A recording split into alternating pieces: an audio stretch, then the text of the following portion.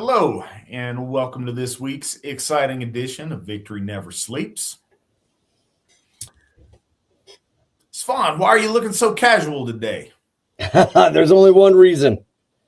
I got the Phrase Off shirt, and I actually normally I wear shirt and tie to work, and I actually wore this today to work, and I was getting dressed upstairs, and I was putting my slacks on, and I was like, no, wait, this is the perfect time to wear this shirt.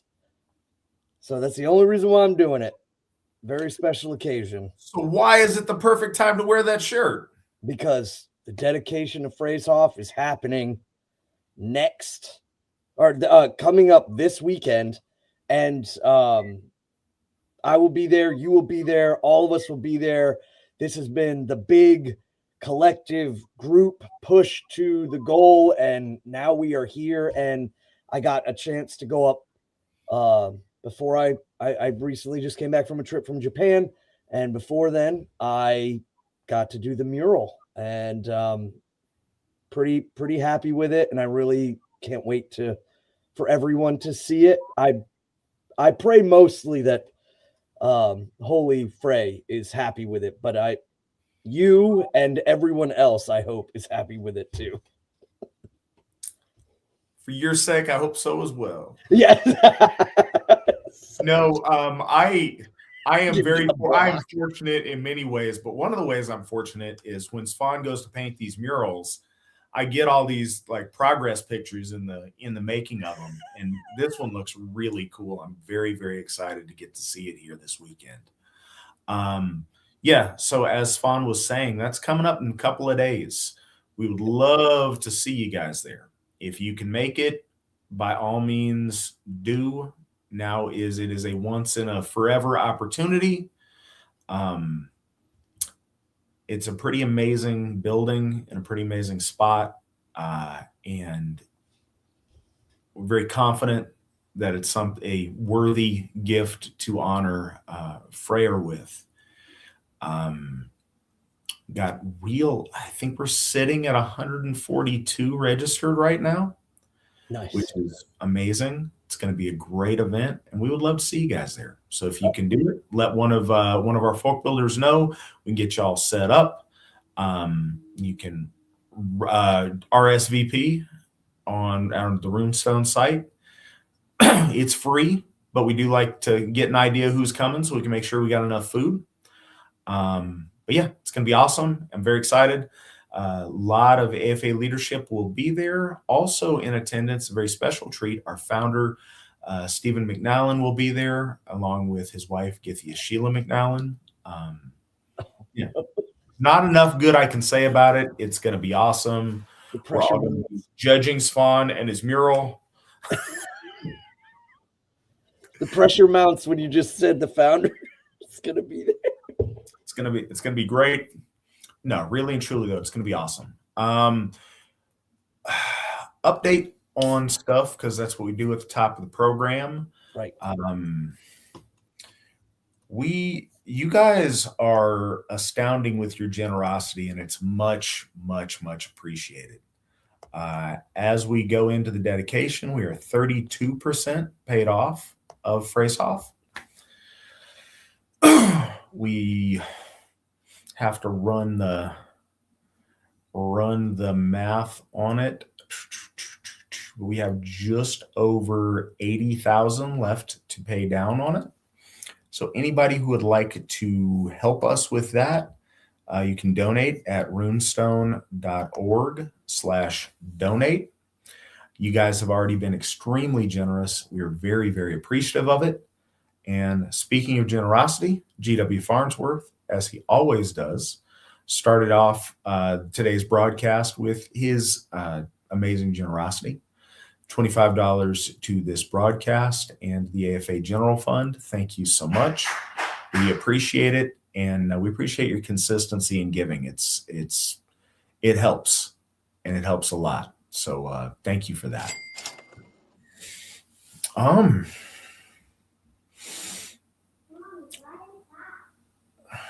So we're getting back. Sorry, I was looking at the questions. I think we'll answer a couple of questions maybe before we start today. and then we're going to get back into the text. We are hitting a lot of the really small fragmentary pieces and really small pieces at the end of the Poetic Edda. So I think we should probably have maybe 2 more broadcasts after this on the Poetic Edda, and then we can move on. I appreciate everybody joining us on this journey through our lore. I hope it's been beneficial to you guys. I know that I have gotten a lot out of being able to go through it with Svan and with all of you. I believe that Svan has gotten a lot out of it as well. Hope you guys have. It's always cool to go back over it with fresh eyes at a different stage, different season in your life. And, with different people that may have different questions or a different angle that they're seeing different things from.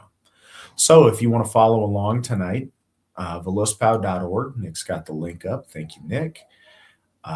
We are going to be covering 3 pieces tonight. The Guðrúnarkviða in þriðja, the Oddrúnarkviða, and the Atlakviða. And I'd have to go back and look at the length of each of those, but I think that's easily doable in tonight's show. As always, ask any of the questions that you have. Also, forgive my pronunciation. I am working on it. I think I'm making progress. No, I think you're doing great.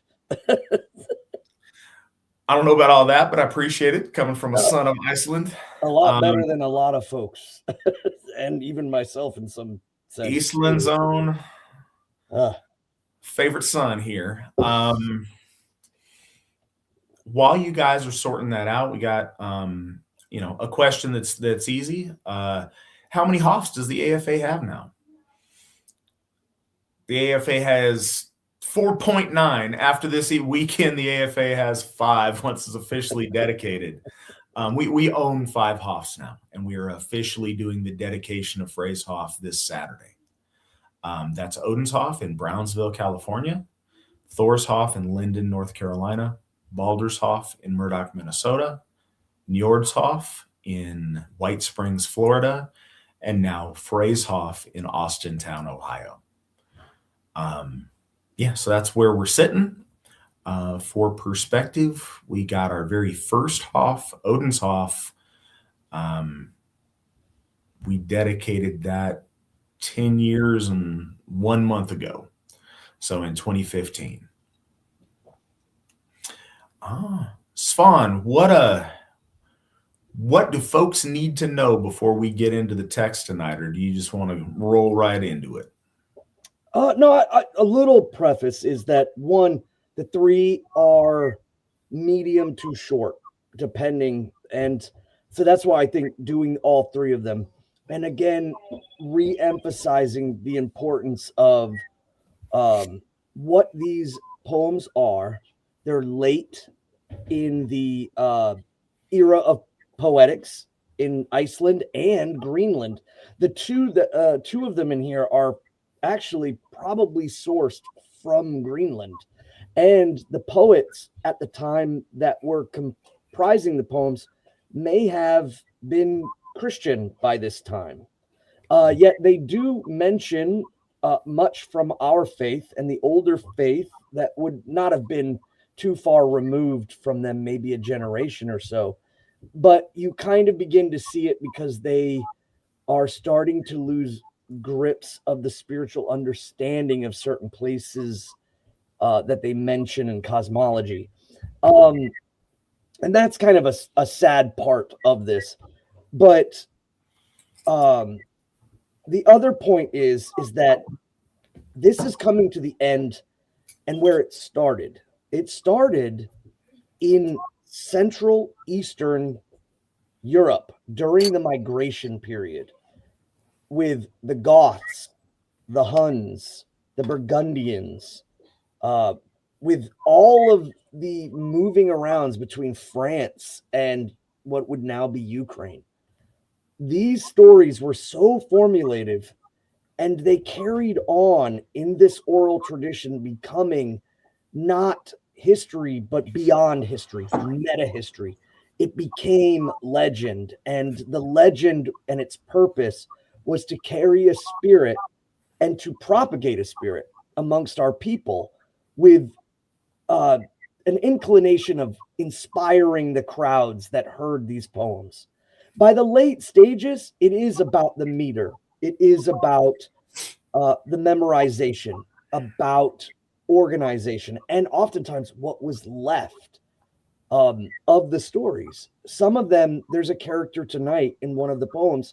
She's never mentioned in any of the other stories. So it's speculated that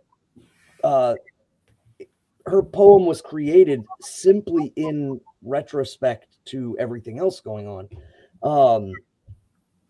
So by the late stages, it is about formulation, but we can't forget where this comes from and who is being mentioned. And this specifically with Attila and with the Burgundians and with Theodoric, the king of the Goths. He's mentioned in here. So I like to emphasize to folks that when these poems are being written down, they were stories and poems being told to audiences, and those audiences were meant to inspire, and they had traversed centuries amongst our people and remained. So even though we're kind of going over these smatterings of the last little bits of everything satelliting the Volsunga saga, it's important, and I think anybody here listening is doing a little bit of an extra service to themselves, because a lot of folks don't read these things. A lot of folks don't ever get a chance to kind of delve into these nooks and crannies of lore. But more so, the big picture is what we're doing. What you just mentioned is we get to see everything kind of interconnected. We get to kind of talk about how all of this came to be, and ultimately why the Icelanders made the poems and wrote down the Codex Regius. And ultimately, I believe that had a divine hand in it. I believe that that was the seed being planted by Lord Odin and his way of preserving that which would be grown again, and is grown again with us. So the story continues with us. So that was kind of I just really thinking about that today on the way home from work. All right. Well, I think what we're gonna do is read one, then answer questions, then go into the next, then answer any other questions that get generated, and kind of go through the night that way a little bit, breaking it up. This one has 11 stanzas, so you don't have to have a long attention span to get through this one. Oh, and which one? Because I know we're doing the 3. Which one are we doing first? The Guðrúnarkviða in þriðja. Oh, okay. All right. Þriðja. Let me find it. All right. Yes, and another thing that I was kind of thinking about, kviða versus say like mál, or like hálfamál, the mál at the end, and the kviða. Kviða is a song, and mál would be like a ballad. They're very similar in perhaps the way we would perceive them. But for people at home, if you see the word kviða at the end, that means it's a song or a recited poem, and a mál is a ballad, which again is kind of recited, but I think it's more structured when it's a ballad. And I know this one in particular is a lot more organized, but when we get to say like with Atli's kviða, that's chaotic. So yeah, my understanding is that mál is like a saying or a statement, a speech. Yeah, recitation. Yeah, so I don't think it has to be lyrical. I don't think song in this sense has to be lyrical as well. I think in medieval literature, you have a lot of epic poetry that's described as songs that I don't know that they're recited lyrically, but certainly poetically. And I think that the meter and the rules are a little bit different. Any kind of a issuing of a statement, it can be maul as opposed to kviða, which is, a Meter. poetically metered Yeah. presentation. So let's see. Yes, this is very short. Now, the big one about this is there's some interesting points that I wanted to bring up. One, I mentioned that the possibility that Christians were at hand in relation to composing these poems. And the only reason why I'm bringing up in this poem is because this one has a trial by boiling water. And the only place that I could find this mentioned as an actual thing is done by a Catholic priest in France in another story during the medieval time between the Renaissance and, of course, like the late Nordic period. I was just looking around to see if there was ever any comparison, and this trial by attrition seems to somewhat source from there, and we see this happen a lot in the Greenland stories. There's also a story of a Christian and an Asatru berserker who walk over coals. And this kind of comparison trial starts all the way back in the Bible, I believe, with one of the Jewish believers of Yahweh going against the Canaanite believer of I don't know exactly who. No, there was a Jew versus one of Pharaoh's. I think it was Moses versus one of Pharaoh's viziers to compete on. They had like a wizard battle. Right. Yeah. No. Well. No. I remember this one was about a pyre or lighting a pyre, and they were. Yeah, Is that it? Is that the same one? No, that's a completely different one. That's a different kind of wizard battle that happened. Right. And well, that's kind of what I'm surmising here is that there is a strong argument to say that this part of the story, this trial or by ordeal that Guðrún is placed under may have Christian origins, and it harkens all the way back because Christianity is a subsect of Judaism. There are tropes that they have carried with them from the Middle East all the way to even just before the Renaissance. It's strange, and I don't know, because there's various, I don't know about trial by ordeal per se, but there's trial by combat a lot in our tradition under a similar premise that said premise. So anyways, that's why I had a sip. Come on. But it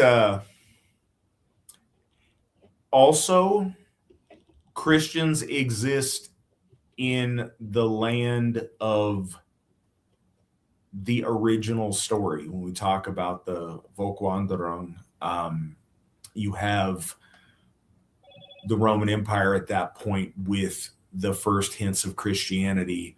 Maybe it's an ancient element of that makes it through. I think that's less likely.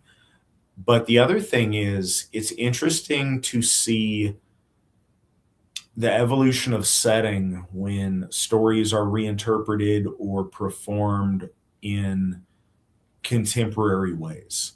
One of my favorite visual things, it's just neat to look at, is an old codex from Iceland it's where you get a lot of pictures of the gods, and I can pull it up, but it's like they're in Renaissance clothes. They have pantaloons and halberds and falchions, and the stuff that they have isn't Viking age things. It's interpreted in the things of the day. And you see that a lot in medieval art and medieval stories. You see that when you get the evolution with this cycle of stories in the Nibelungenlied. It's told on the scale of, epic high medieval armies and castles and stuff that didn't exist at the time in the, the level of grandeur that it has. And I don't think it's done dishonestly. I think that very often the poet, to relate the stories to the audience of the day, crafts the setting in something that's familiar with the audience it's being delivered to. And so I think we see some of that periodically on display. Sorry, I was actually asking Catherine real quick to grab something because we're talking about imagery. And before, I know that you do, Leroy in Michigan donated $30 towards Phrasehoff. Thank you, Leroy. We appreciate Thank it you very much. And Monk donated $500 to Baldershoff Steeple. And he says that Odenshoff is the best Hoff. Thank you, Monk. We appreciate that very much. And I'm certain that Balder appreciates that. Thank you. I was going to say, by no means when I bring it up, am I doing a kind of pick and choose. We have spoken, you and I personally and on VNS, about how knighthood comes out of Germanic paganism and that it wasn't really prevalent in Christianity prior. And leading into the Crusades, the unification of the knighthood and what it meant to be a knight and why they had to change Christianity to kind of bring in the knights. So that would be us kind of saying, see, without us, but then to say, oh, but these trial by ordeals, that's a Christian thing only. I was not trying to do the pick and choose on that. Certainly, we know in Europe, as everywhere, there were things that by modern standpoints we would look kind of sideways at them. But I just looking into it, trying to found those correlations. And what led me to the big part of that was about how these last poems are coming from Greenland. We know that Erikur Ogroda, Eric the Red, thank you so much. His son Leif was converted, and there was a huge spiritual gap between Iceland and Greenland. I do like to say that Iceland was named in the spirit of trying to keep Harold Fairhair out, but that Greenland was deceptive, and there might be some correlation with there was kind of some deceptiveness going on societally by that time. But I did want to bring up, this is dealing with imagery. When in the Eddas, when we show the images of the gods that they wrote down were wearing fluted pants. They looked almost like German mercenaries from the Renaissance with plumes and feathers and large caps and multicolored pleated pants with giant grossmessers and even the trident, almost Vajra looking implement that Lord Odin has. But later on, when we see the renaissance of imagery, the gods and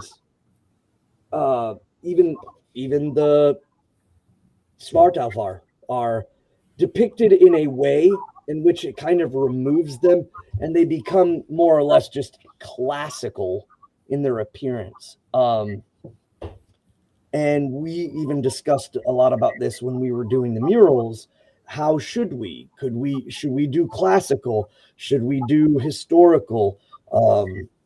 And I think that imagery of the gods and imagery of the way that we connect. But I think when you were talking about how the last jump off point was the Norse, that was where so we're connecting to that jump off point.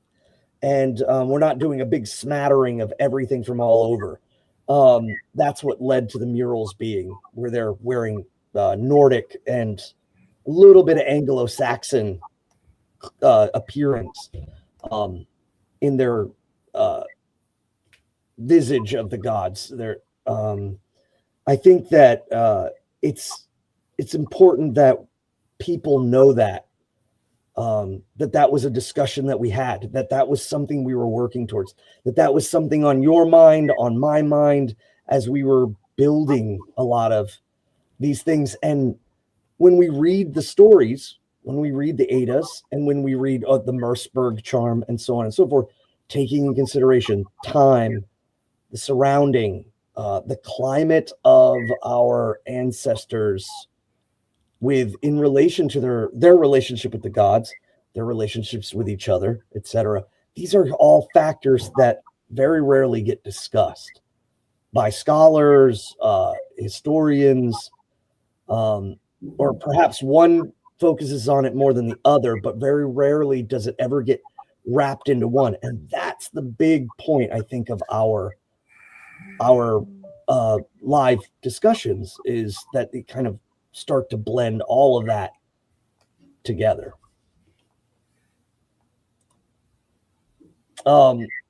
So with that being said, Guðrún is now at the hall of Atli. Her brothers are slain by Atli for past grievance that's been covered in the stories previously. She is not going to let that abide. That is a huge tenet of our ancestors of the time, is that to let the murder of your kinfolk go unavenged is greatly dishonorable. It is unseemly. And it was, again, poetically even taken up by women in the stories. And this kind of lends to the concept or the idea that the audience was greatly moved. This would be the similar sense as, say, like 80s action movies. There are certain things in 80s action movies that the audience loved. They were tropes that were used over and over and over again because they were awesome and everyone loved them.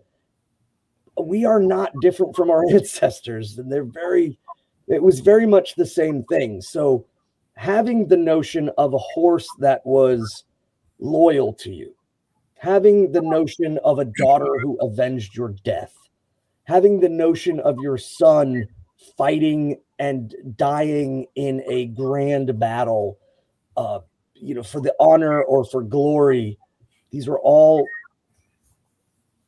repeated and brought out, and the audiences loved it. That's what the functionality of these stories is, like a rope. Each strand has its own purpose, and we can't forget that one strand of these is entertainment. And so she is going to set her sights on avenging her brothers and in essence, her family. And it has already been prophesized. And so if any of the audience had heard any of the other previous stories, the story of Brynhild or the Volsunga saga, they would know that it was coming. So it was all about how it was going to play out. She is accused, Guðrún is accused of being adulterous with the king of the Goths. Historically, the Huns moved westward into Gothic territory. The Goths were not a single people, but a conglomeration of people. They were a nation of Germanic tribes. And the Huns were, they had superior weaponry and horse movement. But as they moved westward, they started running into a problem. The mountains and the forests of Europe were not making it so easy. So they predominantly reigned in the east. And this would be around Romania, Wallachia, Pomerania, or Poland, or any of those areas there, and along the Black Sea. And so she gets accused of being an adulteress, and she has to defend herself. And I just take note too, Atli is very much a villain in all of these renditions. So pay attention to what Atli does throughout all of this. So starting out, there's a brief little intro. Herkia was the name of a serving woman of Atli's. She had been his concubine. She told Atli that she had seen Theodoric and Guðrún together. Theodoric. Atli was greatly angered thereby. Then Guðrún said, and it begins the meter in stanza 1. What is thy sorrow, Atli, Buthli's son? Is thy heart heavy laden? Why laughest thou never? It would better befit the warrior far to speak with men and me to look on. And I think that kind of lends to a concept right there, is the sullen man, the loner. Women are, she's saying, like, it would be better to look upon you shining amongst your warband, amongst your group, and being the leader, being strong, being bright. All the while, of course, this is double standard, because we know ultimately her goal is not to sleep around on him. Her goal is to avenge her brothers. But I digress. So Atli then speaks. It troubles me, Guðrún, Gjuki's daughter, what Herkia in the hall hath told me, that thou in the bed with Theodoric liest, beneath the linen in lover's guise. It's pretty straightforward on that one. And he kind of jumped.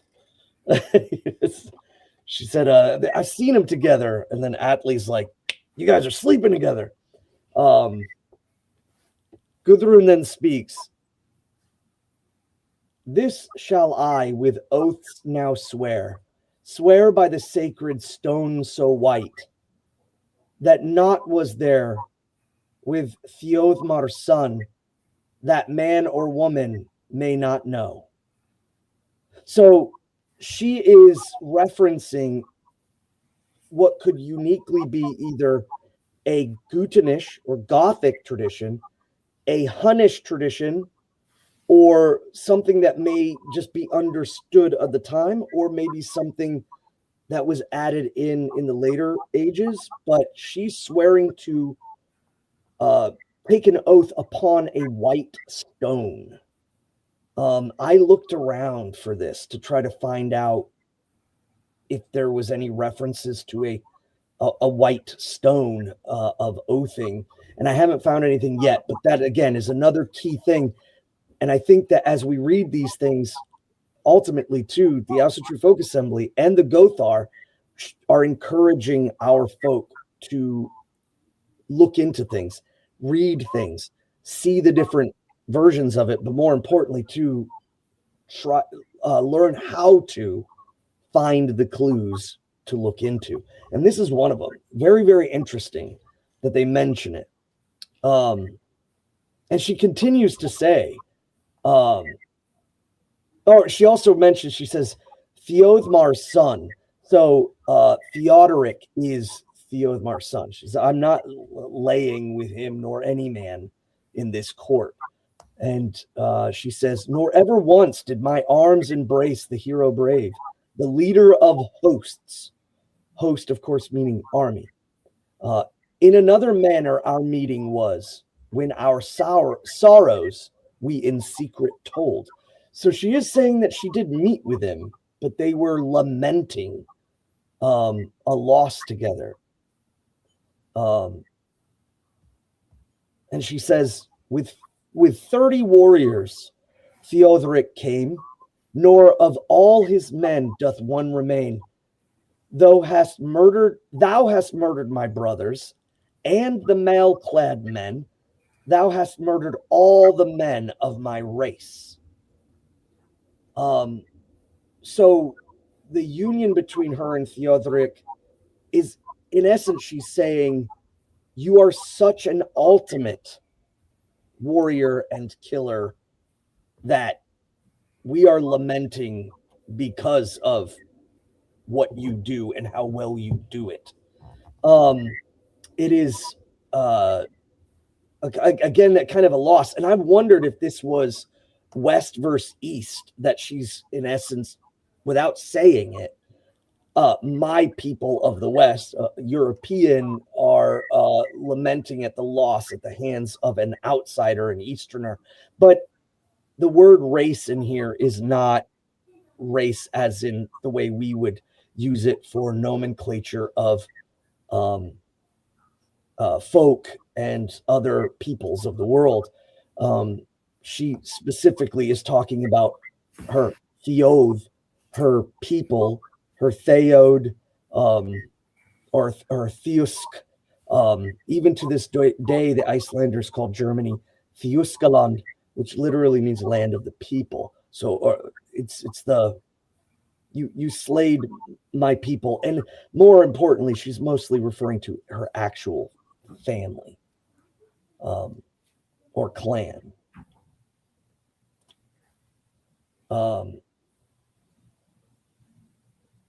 So then at this point, it's set up.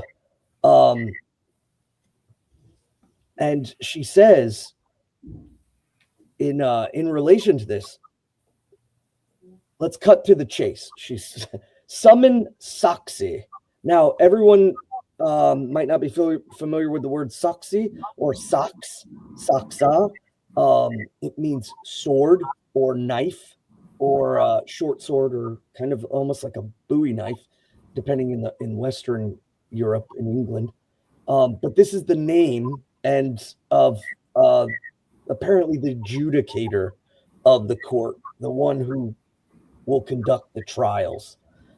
Summon Saxi, the Southron's king, for be the boiling kettle can hollow. So blessing the kettle and for the trial. Saxi's unknown. I looked at that as well. I mean, it is a name, and the Southron's king. The only thing I, could put to this is that a ward chief of one of the tribes of the Gutans, one of the Gothic tribes. But I don't have much more on that. But she says, summon him so he can bless the kettle, that the trial will be done. 700 there were in the hall ere the queen her hand in the kettle thrust. So it's witnessed by 700 folk in the hall or in the court of Atli. And then she speaks after thrusting her hand into the boiling water. And also, it's worth noting that sometimes the boiling water, especially in that case with the French Catholic priest, was they had to attain a ring or a rock from the bottom of the cauldron. Guðrún speaks, and she speaks of her brothers. And I think ultimately she's really upset at Atli about this. So it's a reoccurring. Gunnar comes not. Hogni I greet not. No longer I see my brothers loved. My sorrow would Hogni avenge with sword. Now myself for my woes I shall payment win. To the bottom she reached with hands so bright, and forth she brought the flashing stones. Behold, ye warriors, Well am I cleared of sin by the kettle's sacred boiling. So that stanza is the one that I think kind of lends to the possibility that the audience at least had a modicum of Christian attendees, and that perhaps this is added as a trope for them. It's not 100%. I'm not making a claim, but it is something to consider. So when she brings up the stones, then Atli's heart in happiness laughed. When Guðrú's hand unhurt he saw. And then he says, now Herkja shall come to the kettle dry, she who grief for Guðrún planned. So if the adulteress is free of her crime, then the stirrer of strife will face the kettle. Never saw man sight more sad than this. How burned were the hands of Herkja then, and in a bog so foul the maid was flung, and so was Guðrún's grief requited. There you have it. And that's it. Right to the boom.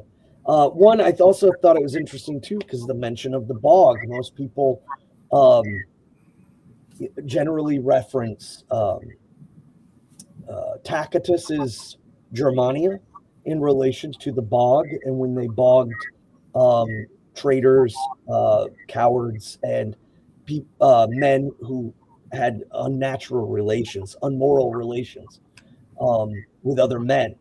But this, I think, is also hearkening to the fact that this is a common punishment in relation, and also that where this poem is constructed, whether it's Greenland or Iceland, the nearest bog is Denmark. So this does go all the way back.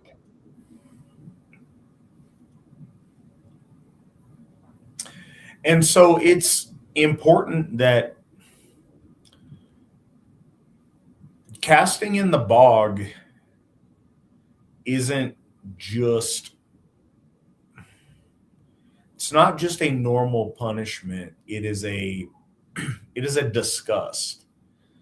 The way it was explained in Tacitus is, they would hang regular criminals or do whatever and make an example out of them. But the ones that get thrown in the bog stomped were people that were so disgusting by the nature of their crime, with the cowardice in face of the enemy, or with the homosexuality, that it was so like gross and off-putting that they didn't want the reminder of its existence. Like, let's bury this down beneath the murky waters of the bog, that it never rises up again, and that we don't have to look at this, because this is something that we find disgusting. Not just, there's a difference between anger at something and disgust of something.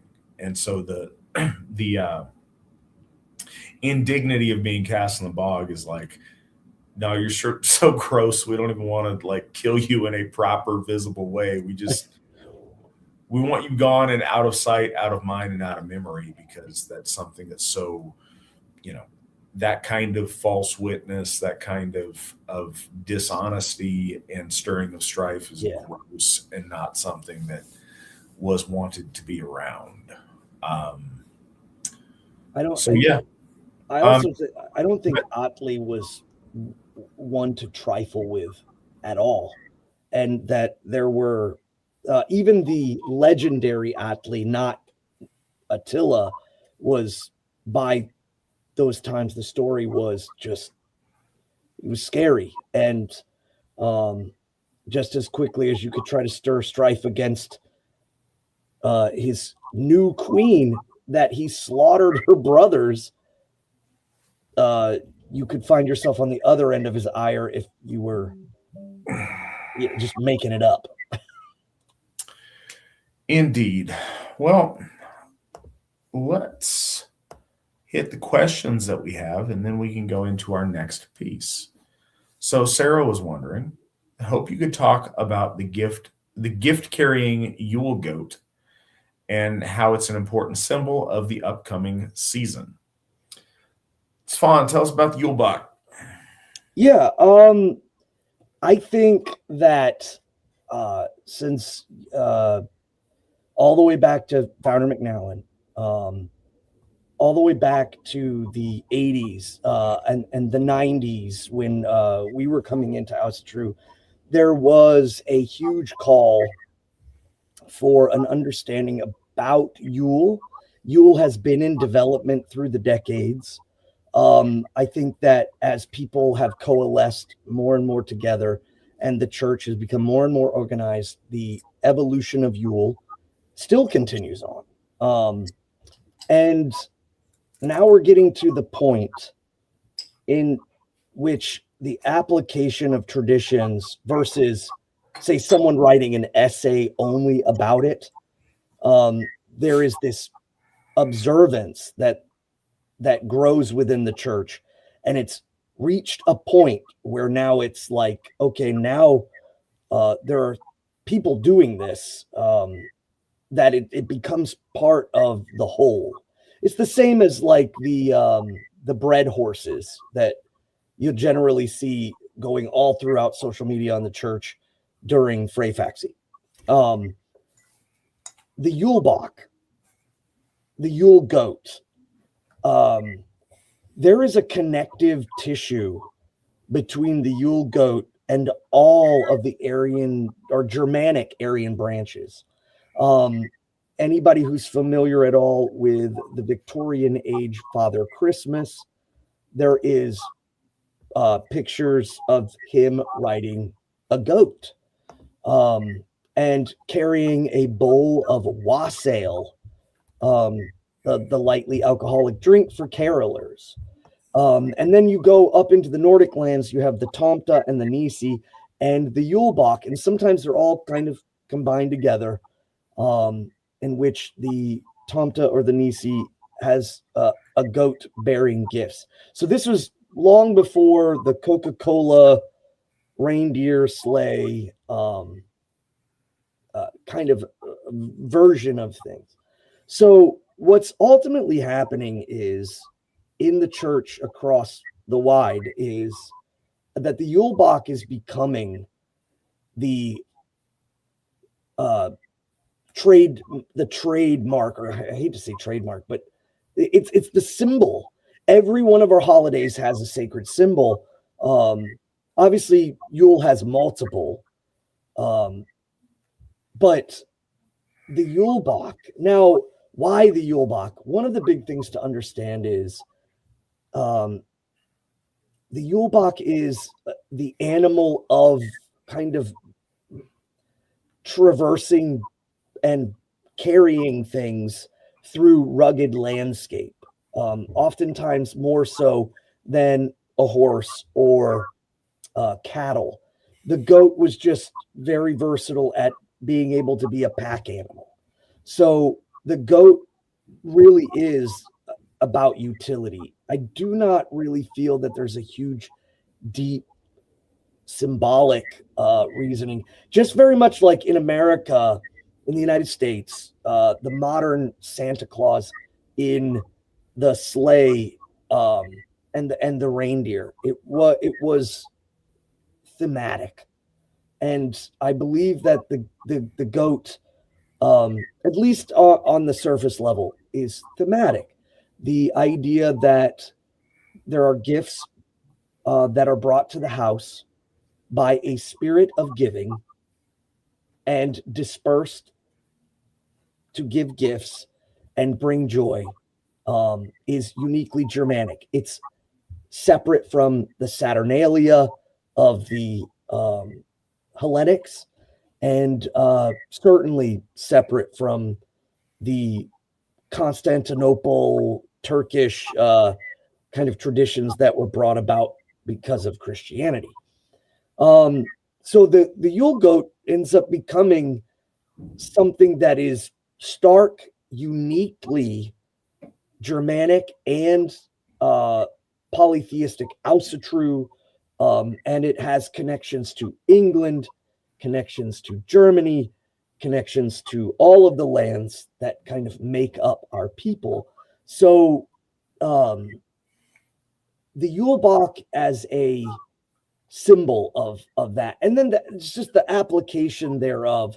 I know in my house we have the Yule elf. He gets called by lighting the Yule log, and he brings gifts of two variety.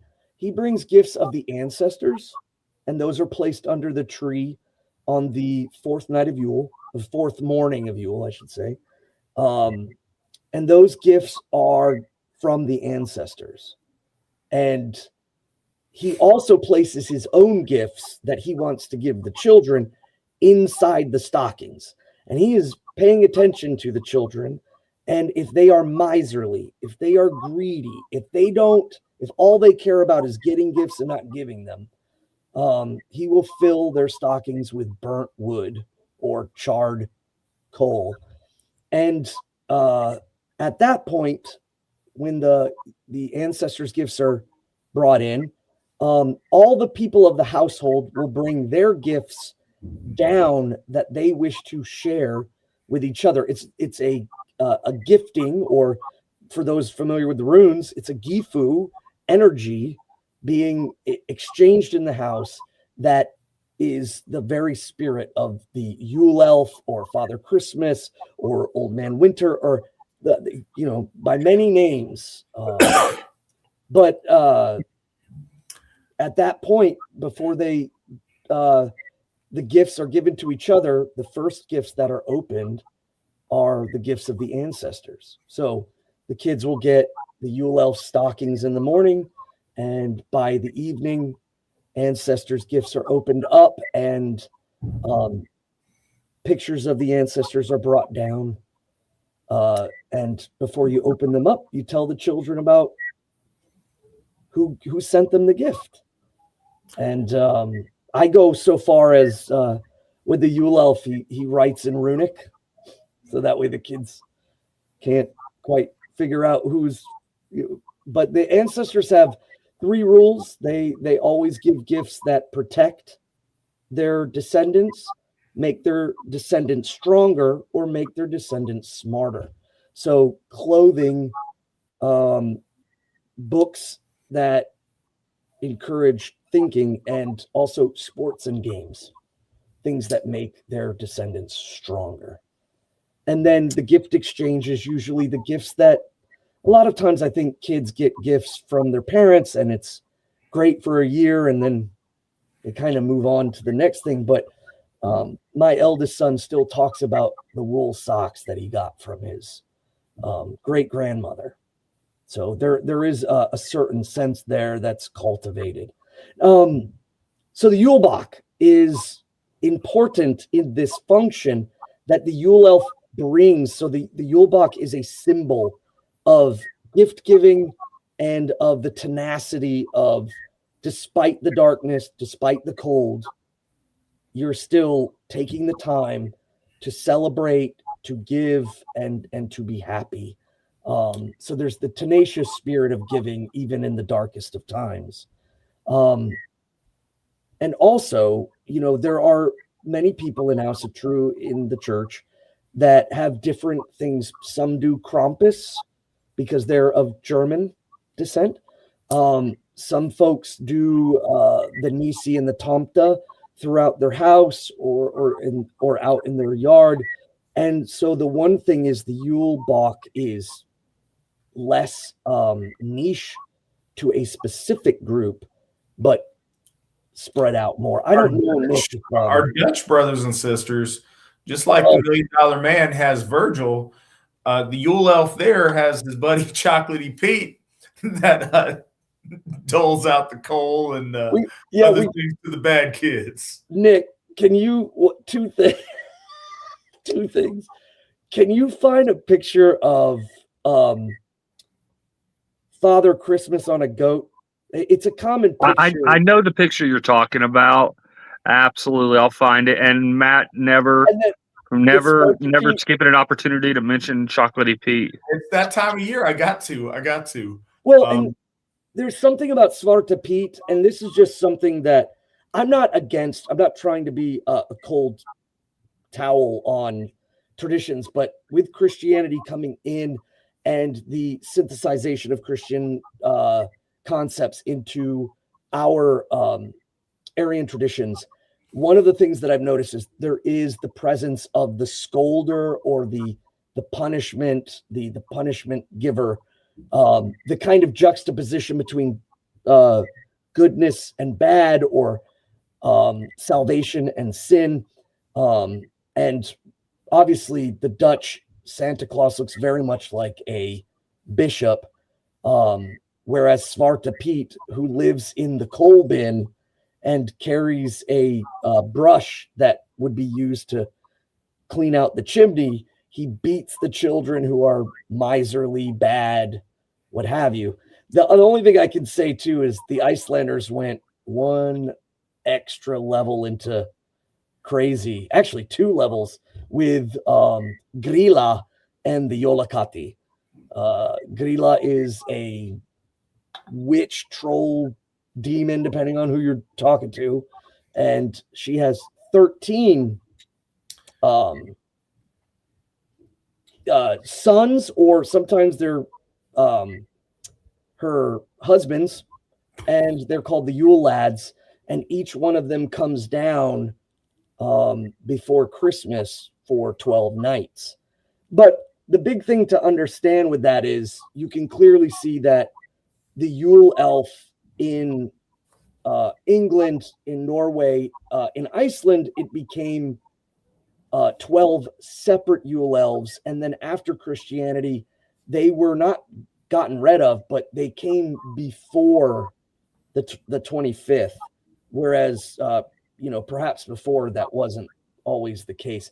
But Grilla as an addition, where she takes children and throws them in a sack and takes them up into a mountain and eats them if they're bad. And if you are a good kid, she has to eat nails, and it helps kill her. I think ultimately, too, it adds another level, because you would encourage your friends to not act bad, so that it was a collective effort at killing Grilla. And then at the end of Yule, there's Jólakati, the cat of Yule. And if you did not have new clothes, you would be eaten. So all the kids would really tell their parents to buy them new clothes. And I think that, again, is a collective push towards making sure that the clothes were good and finished, so that way they could survive winter. But so I want to say on the Yulebach tradition a little bit. In modern times, it is very often in Asatru ritual in Blotar, we offer things into the fire. And this was true in our ancestors' time too. There was a belief that if something burns in a fire, it goes, it fast tracks its way to the land beyond the veil, to the land of the gods, whatever the point might be. So it was one of the imageries and the ideas with cremation, was that it's like it skips the decaying phase after death, and it sends all the parts of one's soul straight up to the land beyond the veil, straight to the other side in one heroic gust. The idea is similar when we offer sacrifice into the sacred fire at Bloat. And sacrifice doesn't mean giving up something. It's not what it means. It quite literally means making something sacred. So it is sending something from our side of the veil to the other side. It's sending something to the ancestors. It's sending something to the spirits. in bloat, it's sending something to the gods. As Svan talked about earlier, the Yule goat is a pack animal that takes the presents and takes the things, from the North Pole or whatever, and gives them to the kids or the family. It brings these things. So at Yule, we use that as a vessel for our offerings. So we tie ribbons and well wishes on the goat before we offer it into the flames. In times where one would do, when an animal sacrifice occurs, the idea is you place your hands on the animal that's about to be sacrificed, and you imbue that animal with your energy, with your well wishes, with your devotions, so that it goes with that animal into the land of the dead, into the land beyond the veil. And that's one of the things we do with this, is we adorn the Yule Bach with ribbons and messages, and then we offer it to the gods in the fire. We do similar things with, the boat that we do at Einherja Bloat, with sun wheels that we do at midsummer, with, in a way with what we do with the bread horses at Freyfax. Excuse me. But that idea of sending that into the flames and up is an important part of what we do. And I've got kind of a cool Yule Bach story. When I was doing, so some of you guys may or may not know, I was born and raised in Alaska. It gets cold up there. And so we'd get out and we'd have to have a big fire. And this particular Yule, we had I think it was a 10 pallet fire. And we had, gone in with a snowblower and carved out the ritual circle. And it was, I forget, but it was negative degrees. So it was very cold. And we had this raging fire in front of us. And we had to spin around in circles and because the front of us would be so hot because of the proximity to this bonfire, but the backside of us would be, going numb with cold. So we'd have to spin in little circles as we were doing the bloat when you get too hot, because it was that cold. But we built a really big, cool Yule Bach out of bales of hay or bales of straw, or whatever kind of dried grass the bales were. So we built this thing, and it was probably 3 foot tall, 2 foot thick, 4 foot long. It was this pretty big thing. And we had it sitting out there by the fire, and it was really neat and really auspicious. Like I said, this fire was very, very hot because it was so cold out and we had this bonfire going. But we wanted the Yule Bach accessible so that when the time came, I could pick it up and offer it into the fire. And it was so hot and things were going on that at the point in the ritual, when I turned to offer the Yule Bach, it burst into flames. And it was amazing. And it was at the perfect time, at the perfect moment. And, I'm aware it's dried straw and there's a bonfire and something hits a smoke point at a certain time, but it was at the exact right time. It was really, really powerful.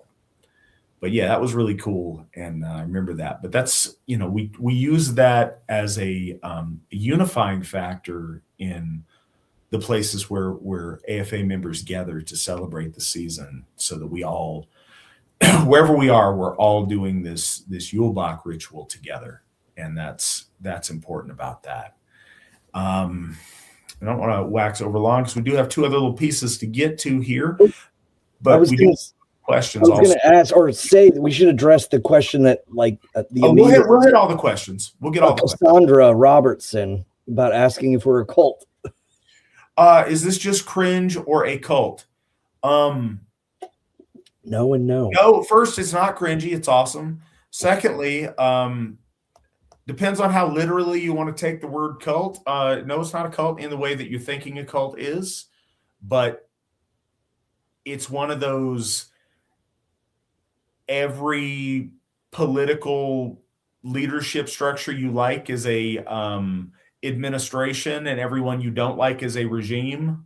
The words aren't really any different. It's just got stank on it. Every religion is technically a cult, so I suppose. But no, it's not cringe or it's not a cult. Stick around, though. It is entertaining and something that you might learn something cool on you didn't know about. Meaningfully, 4 ages of cyclical time seem like a pretty widespread Indo-European cosmological concept.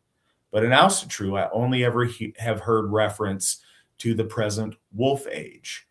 Do we have named equivalents in our faith to the yugas in Hinduism or the ages of the Greeks, i.e. gold, silver, bronze, and iron, etc.?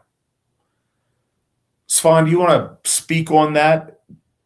Yeah, I was going to say too, with just for lending back to Cassandra real quick, is yeah, not cringe. There are cults of practice. You hear that in when people talk about religions, but yeah, definitely. If you don't have time to stick around and listen to us, definitely go check out runestone.org, and it'll tell you everything that we're about, and you can see we are a religious church. As far as for King of Gas Station Meats, what a great name. So first off, there are 4 ages mentioned in the Volaspau. It is a wind age, a sword age, an axe age, and a wolf age, where brothers will slay brothers. But that is kind of a point that we talk about when we talk about Aryan branches having connectivity. Always you'll see a battle at the end, a battle in the beginning, sometimes a battle at both ends of the story of the people. Sometimes they're euhemerized, and other times the divine gods are not. We talk a lot about the connection between, say, like Lord Tyr and King Nuada of the island Gaels or Gaelic people. There are clear connection tissues, so I do not think that it's like simply happenstance that there were 4 ages mentioned in the Volaspau. But again, when you look at different Aryan groups, you will see that sometimes things are placed in different ways, and there isn't some sort of kind of universal connection between them. But the 4 ages at the end were pretty clear in relation to the Old Norse or the late Nordic Viking age. As far as ages mentioned, there are the ages of gold mentioned, both before mankind and after Ragnarok.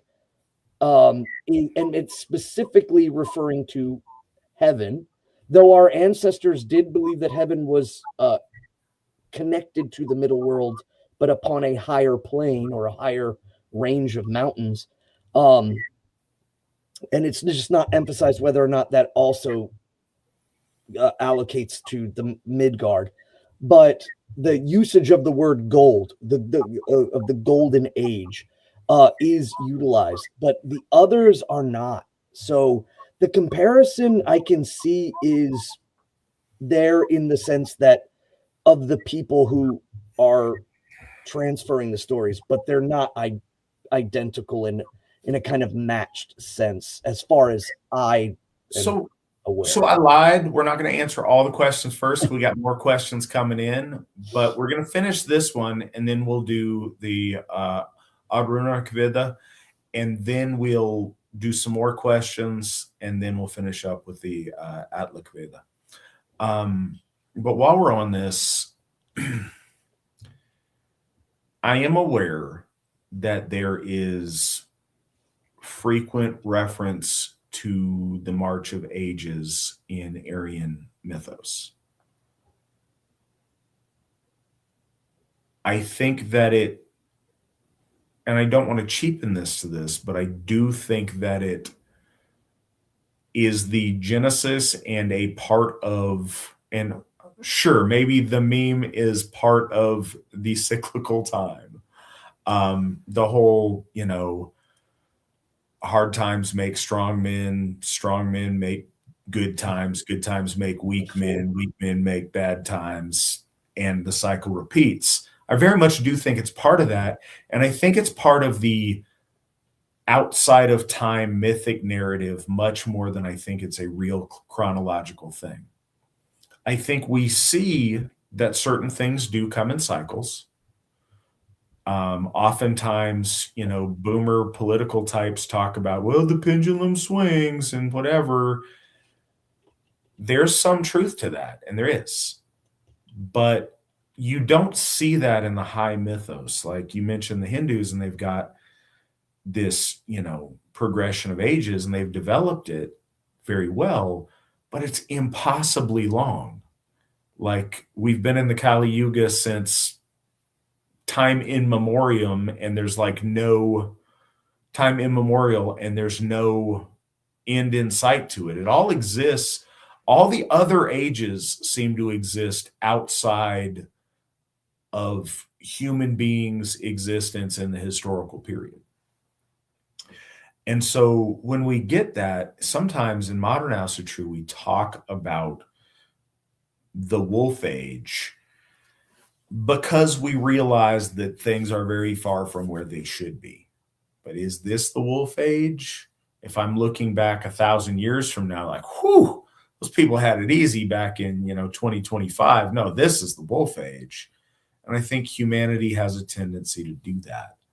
So I don't wax overlong on thinking about cyclical time, because the people that I know that talk the most about it are the most do-nothings that have internalized, well, if we wait around long enough, then it'll come back around and we'll have golden age stuff, so I can just sit here and be lame.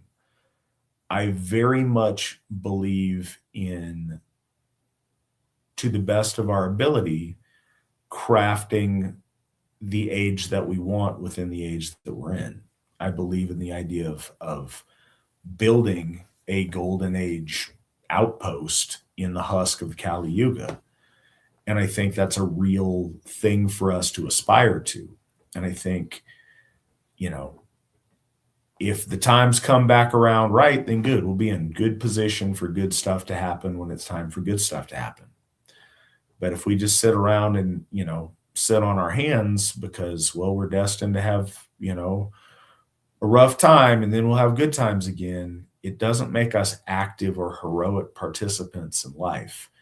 And I also think in all of those Indo-European conceptualizations of time, the scale of it and the turning of it is so vast that it's outside of our lifetime worth of conception. It's not like you see those ages of time cyclically in the life of a man or even the life of a family or the life of a dynasty. So you can make connections and you can see these cycles play out in miniature all around us. But the grand cycles that they talk about, I don't think that we see in a perceptive way. I think, according to the Hindus, we're in the same cycle that, the Vikings that brought us the lore that we're going over tonight were in. And clearly the world is in a very, very different situation than it was at that time. So it's not to say there's nothing to it. It's just to say it's on a scale that's so grand, I think we run out of application for it when we try to overlay it over historicity.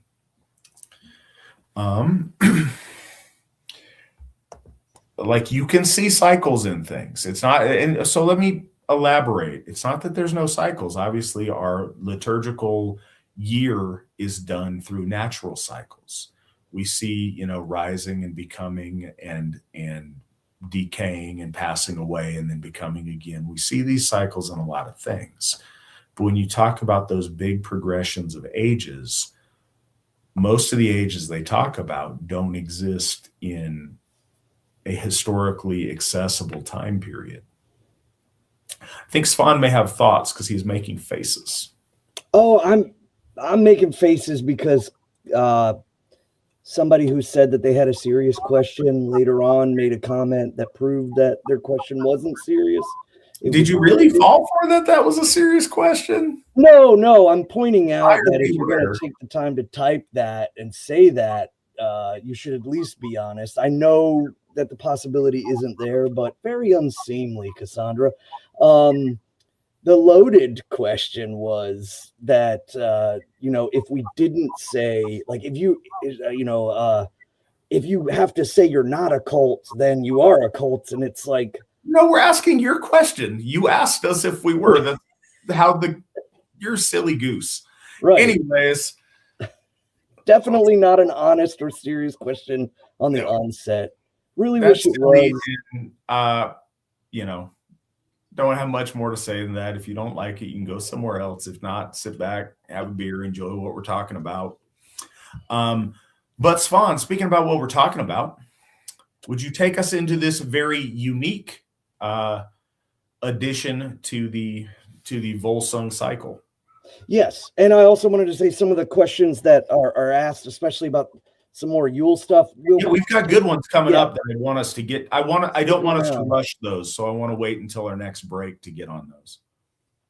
All right, so we are now moving to Oddrúnarkviða. Now, the interesting thing about Oddrúna, again, I mentioned, she's a character that isn't in any of the other sources. So we have Oddrúna, who is a lover of Guðrún's brother. He goes with Brynhild, but somehow in the story or somewhere, and perhaps there is maybe something from the past that was lost, but she is standing on the sidelines watching Gunnar, Guðrún's brother, deal with Brynhild and ultimately be slayed by Atli. And this is her lamentations of watching all of this kind of unfold. She could simply just represent the audience, and also she could be a target audience in which this poem maybe was directed towards the ladies of the audience. To be honest, and bear in mind, I've never read this specific poem. So I'm learning as well. So Hýðrik was the name of a king whose daughter was called Burkni. Vilmund was the name of the man who was her lover. She could not give birth to a child until Oddrún, or Oddrún as they say in the English translations, Atli's sister, had come to her. Oddrún had been beloved of Gunnar, son of Gjuki. About this story is the following poem. So a couple of things. One, it's immediate connection. Oddrún is the beloved of Gunnar, even though she's never mentioned anywhere else. And then specifically, it is stating that their situation is told in this poem. And a lot of times that's not specifically mentioned in the poems. So this most likely was a late edition story. And I have speculated why it was created, but it does have some interesting things. So in stanza 1, I have heard it told in olden tales how maidens came to morning land. no one of all on earth above to Hedric's daughter, Hedric's daughter, help could give. So, first thing is, right out the gate, there is a use of in olden tales, in olden times. This is more of a, for this time period, this is actually a new introduction, kind of lending to the olden times. But Morningland, Mornaland, and that translation, already in the other stories, the land of the Huns, where Atli is called Hunland. So this may be, it is most likely another kenning for Hunland, and it's referencing the fact that the Huns live in the east, where the sun comes up. So Morningland. And Hedric's daughter, it has a great need. This Oddrún learned, the sister of Atli, that sore the maiden's sickness was. The bit bearer forth from his stall she brought, and the saddle laid on the steed so black. So the bit bearer is a horse, a kenning for a horse. And she immediately makes ready. Oddrún is the sister of Atli, and now we have, again, a cross point, but Guðrún, her brother Gunnar, who fell in love with Brynhild, or tricked Brynhild into marrying him. This is his kind of the woman who loved him perspective. She let the horse go over the level ground till she reached the hall. This loftily rose, and in she went from the end of the hall. From the weary steed, the saddle she took. Hear now the speech that first she spoke. And I do like the poet, the way that they're utilizing very, very clean descriptors.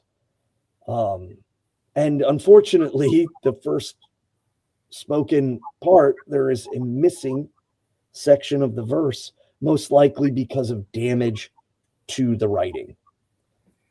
4, it says, what news on earth? And then there is a break. Or what has happened in Hunland now?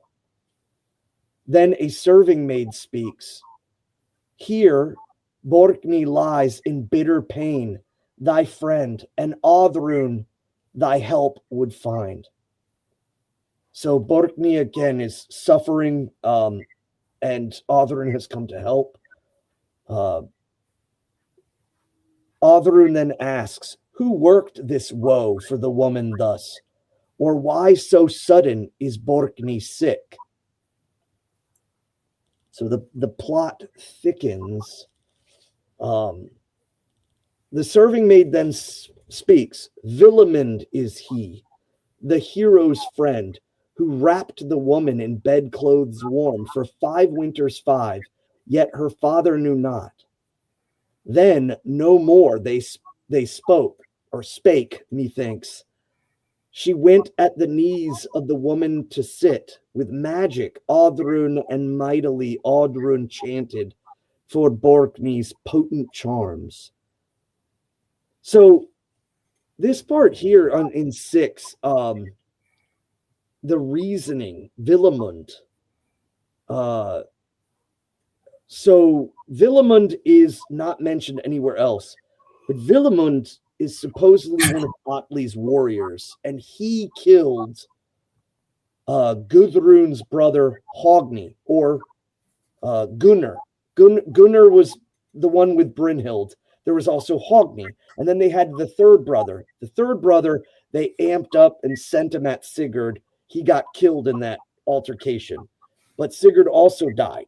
So then the 2 brothers end up going against Atli, and they end up getting killed. And then Guðrún gets taken as kind of a trophy wife of war.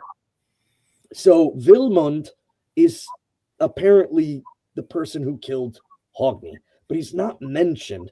And it says down in the notes, the slayer of Hogni, Vilmund, but unless he was one of Atli's followers who cut out Hogni's heart, that's mentioned in the Drap Niflunga, there is nothing else to connect him to Hogni's death.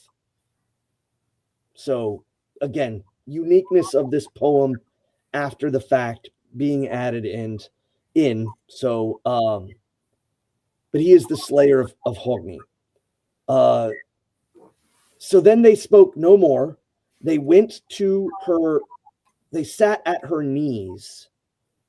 And there the magic, Oddrún, began to chant. And again, we see this in the Icelandic sagas, the chanting. And I think that by proxy, this would extend to Greenland. By that time, most of the magical acts that were kind of portrayed in the sagas was done through specifically song. And at last were born a boy and a girl. So they speak charms to aid her in birth, and she gives birth to a boy and a girl, son and daughter of Hogni's slayer. Then speech the woman so weak began, nor said she aught, ere this she spoke or spake. So may the holy ones thee help, Frigg and Freya and favoring gods, as thou hast saved me from sorrow now. So the queen, Borgny, who was in trouble trying to give birth, is helped by Oddrún, and then she immediately says, in a blessing, she gives blessing to Oddrún, and she says, may the holy ones help you, Frigg and Freya, and all the favored gods, as you have saved me from sorrow. So this is another interesting point. It's one of the clearest examples of a kind of blessing being issued, which we don't often see. But this, I think, we do it in our faith today quite often. But and it's, I would say, it's not much different. But at least it lets people know that yes, the sprinkling of water on babies. We do that now, and we're not copying Christianity that's mentioned long before. And I think that this is a holdover of tradition of giving blessing out, and especially the detail of mentioning the two major Ausinjur of our faith. There are 14 goddesses, but there are two major, and that is, of course, Frigg and Freya. Then Oddrún speaks, I came not hither to help thee thus, because thou ever my aid didst earn. I fulfilled the oath that of old I swore, that aid to all I should ever bring, when they shared the wealth the warriors had. So she had made an oath to aid any in need with her capabilities, and most likely, again, because of the usage of charms and the usage of spell verse, that's what this is talking about. Not just aiding in general, but that she is specifically versed in the elder forms, song and magic. Then Borgny speaks, wild art thou, Oddrún, and witless now, that so in hatred to me thou speakest. I followed thee where thou didst fare, as we had been born of brothers twain.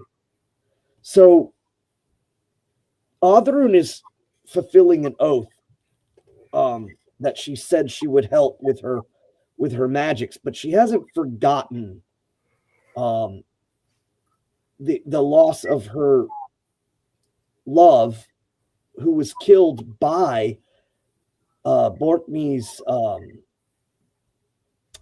Atli. So that's kind of what she is saying. And Borkney's like, why do you still hold this hatred towards me? We could be sisters instead. But she says, no, I remember the evil one eve thou spakest, when a draught I gave to Gunnar then. Thou didst say that never such a deed by maid was done, save by me alone. Then the sorrowing woman sat her down to tell the grief of her troubles great.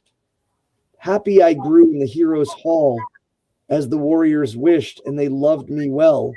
Glad I was of my father's gifts, for winters 5, while my father lived. These were the words the weary king, ere he died, spake last of all. He bade me with red gold, dowered to me, and to Grimhild's son in the south be wed. So this is Borkney speaking to Oddrún about her life and the things that she has endured, and that her father, her life too has kind of come from this. But and I'm also reading the stanzas here, or the notes, in which it kind of like trying to see if it goes more into the structuring of Borkney's life.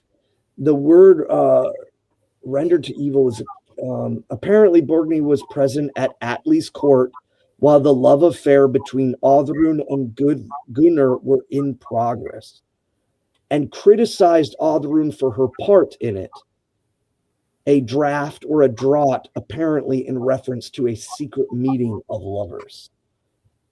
So Oddrún is maybe considering that Atli killed Gunnar not because he was an enemy or that his connection to Sif, but because of their secret love. And maybe that's the way she's taking it. And Borkney was the one that brought it to light.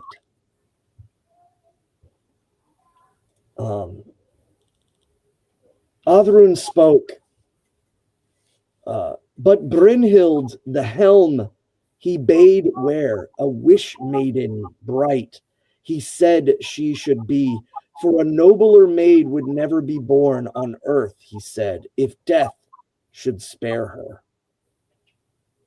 At her weaving, Brynhild sat in her bower. Lands and folk alike she had. The earth and the heaven high resounded with Fafnir's slayer the city saw. So Oddrún is speaking of Brynhild and how the true love of Brynhild was Fafnir's slayer, Sigurd. And if they had been together, then she could be together with Gunnar. Then battle was fought with foreign swords, and the city was broken that Brynhild had. Not long thereafter, but all too soon, their evil wiles full well she knew. Woeful for this her vengeance was, as so we learned to our sorrow all. She's talking about Brynhild. Brynhild, of course, is the other antagonist of the stories. She's a spurned lover, but more so than that, she's not just quite human. She's also a Valkyrie, and she causes pain, death, and conflict. And even Oddrún is saying this. In every land shall all men hear how herself at Sigurd's side she slew.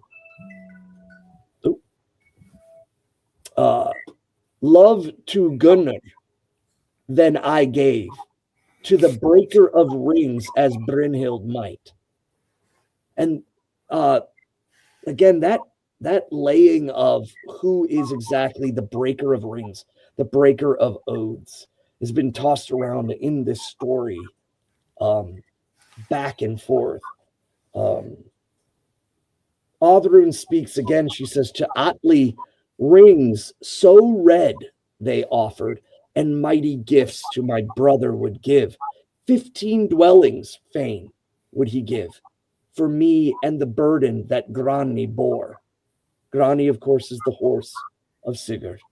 And it's saying here, the treasure that was won by Sigurd was carried by Grani. So Grani is again an ever-present vehicle of treasure, just like the goat for Yule or the golden boar for Holy Frey, and why we use piggy banks.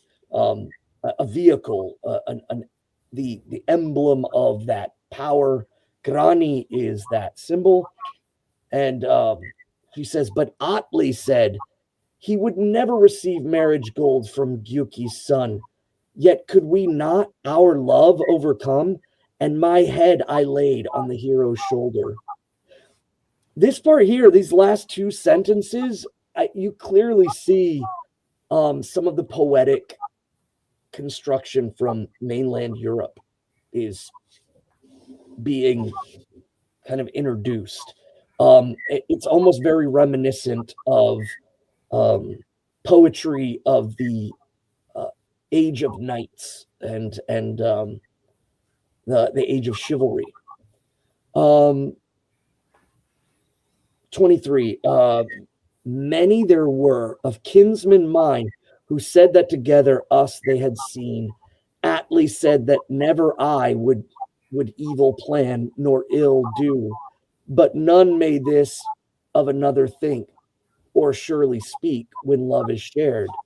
Soon his men did Atli send in the murky wood on me to spy. Thither they came where they should not come, where beneath one cover close we lay. And I think this is interesting too, the murky wood. I find that interesting considering Oddrún's already established her magical prowess, and the idea of living in a the dark and murky wood is interesting, but they don't really go into it. To the warriors, ruddy rings were offered, that not to Atli ever they should say. So her and Gunnar are together. The warriors that are spying see them together. And so she, or he, or her, that she doesn't specify, offer these warriors rings for their silence. But swiftly home they hastened thence, and eager all to Atli told. But close from Guðrún kept they hid what first of all she ought to have known. Great was the clatter of gilded hooves when Giuki's son through the gateway rode. The heart they hewed from Hogni then, and the other they cast in the serpent's cave. So this is speaking again of Gunnar and Hogni. These were the two that conspired to kill Sigurd. After Sigurd's death, they are in the lands of Attila or Atli. And when it is found out that Gunnar is with Oddrún in this story, Atli then kills them both. And I think that's the point of her ire, even though the other stories clearly show Atli killed them because they were competition. But Hogni is his heart is carved out of his chest, and Gunnar is thrown into a cave of serpents. And she says, alone was I gone to Geirmund then, the draught to mix and ready to make. The hero wise on his harp then smote. For help from me in his heart yet hoped. The high-born king might come to him.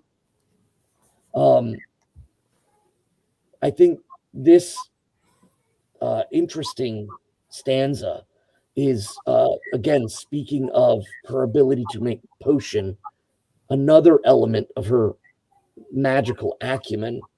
And in the notes here, it specifically mentions that, according to the geography, the land that she mentions, Plessy, is an island in the Danish peninsula. So, but the geographical accuracy is probably not 100%. They weren't doing GPS maps per se, but and it doesn't quite make sense considering that Atli and his court is so far in the east.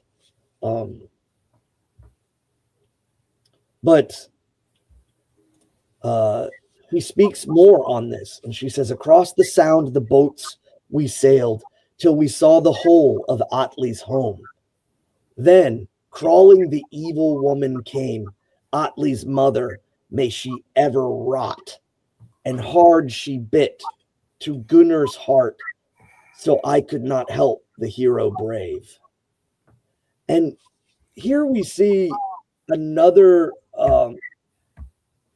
referencing, if you remember in the Volsunga saga, Gunnar's mother is also a worker of spells and is the one that convinces Sigurd to forget Brynhild and fall in love with Guðrún. So again, we see that now it's Atli's mother who is also, so this the evil queen is very, very baked in part of our stories all the way back. And even Atli's mother is a worker of ill will and magic. And we see this in many Aryan branches. The one that comes to mind right away is Alexander the Great's mother being listed as kind of a strange and mysterious woman from faraway lands with magic.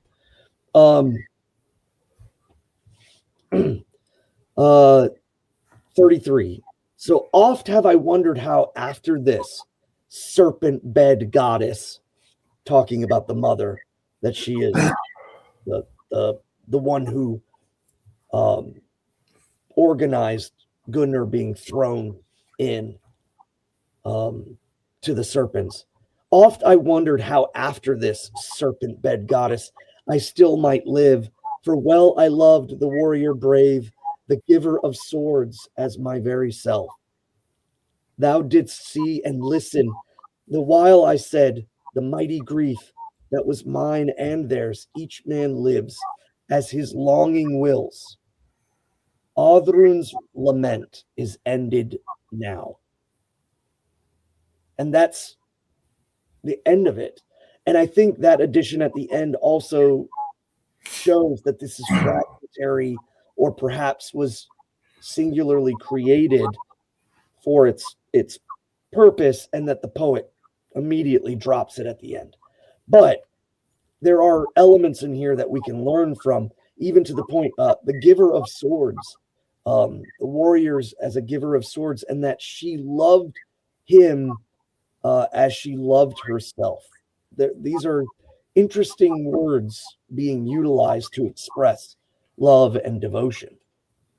So, but that is it. All right. We've got one more for you here in a few minutes, but I'd like to go over a couple of questions first. What exactly is Yggdrasil? What is its reality? Interested to hear your thoughts. Svan. I like the way it's worded as what is its reality. I think first and foremost, it's worth considering that Yggdrasil is part of the original tripartite I don't know if you have to drink on that one, but wouldn't hurt. There is Muspelheim, Niflheim, and Ginnungagap. And in Ginnungagap, which is potential, there is a tripartite formed because 3 is the number of movement of dynamicism. And we see Yggdrasil, Ymir, and Ad Umla. And you can talk about Yggdrasil after this stage, but you lose a lot if you don't consider it. The belief of the 3 thrones of the tripartite starts here. There is always stasis, dynamicism, and catalysm. And it starts with this. Yggdrasil is unmoving and rooted still deep. And so stasis. And then we have Adumla, who moves between the ice and the fire and creates. And there we see dynamicism.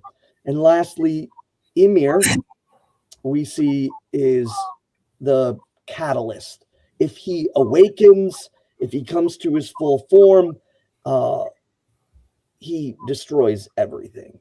So what ends up happening is that the holy Aesir, who are formulated outside of Ginnungagap initially, they come into and create dominion.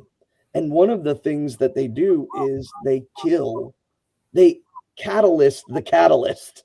They lay will down first by slaying Ymir, removing the possibility of him waking up. But out of that, they must create. They do create. And also with that, Adumla becomes another source. So the soul of Adumla and the soul of Ymir move because nothing truly ever dies. But from them, there is order. There is the maintenance. There is the hierarchy. There is heaven. There is Midgard. There is Jotunheim, Vanaheim. Then there's Nidavellir. And then lastly are the 2 primordial places that have always been. So out of that tripartite in the beginning, Yggdrasil is the only one that remains. And Yggdrasil is connected to everything in the cosmos from the beginning. So there's no accident as to why Lord Odin synthesized himself to Yggdrasil so that he too could become one with Yggdrasil and know where the roots go. Yggdrasil is, I am of belief that stasis and the Yggdrasil, and again, stasis does take form as a function of the way our gods, by observation. I'm not declaring this, I'm observing this in our stories. Stasis is structure. Stasis is hierarchy. Stasis is axis. It is the center point. It is that which is holding the above to the below. It's the alignment of everything. And when Yggdrasil falls out of alignment, when Yggdrasil falls, so does all of the order.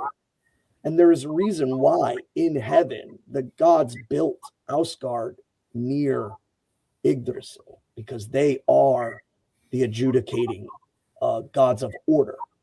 So Yggdrasil is many things, but I would say, to cut straight to the core, it is the axis mundi of heaven. It is the axis mundi of the universe. And it's also a circulatory system because there are roots in every well, in every level, and all roots draw up. So whether it's Earth's well in the upper realm, that where the gods mete out the doom of men and see the originating point of time and fate, or whether it's the well of memory, where only Lord Odin knows, and he places upon Mimir's head, the Godhead of memory, where all things flow. And then lastly, there's Vergelmer. Vergelmer's the well of primordial start, but there is a root there, the tap root, nonetheless, and it goes up into the heavenly realms. So it is a circulatory system of creation. And that's why Lord Odin, slaying himself upon the tree, is a unification between one of the original first elements of Ginnungagap that Lord Odin becomes intimate with, and that the power he finds in there brings him back. His soul does not move on into a different way.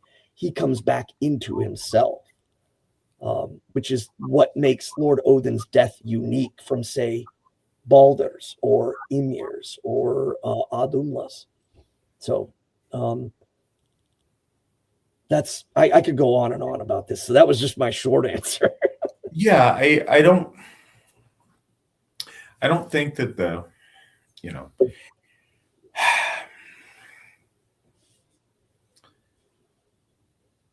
as Svan said, certainly, all the stuff that Svan said, but also all the stuff that Svan didn't say, it's something that you can talk about for a very long time, but I think what approaches the question a little bit more directly is what it's not. It's not a big tree. I mean, children, if you're watching, sure, it's a big tree, but it's not a collection of bark and leaves and stuff. The imagery of that is particularly poignant when you see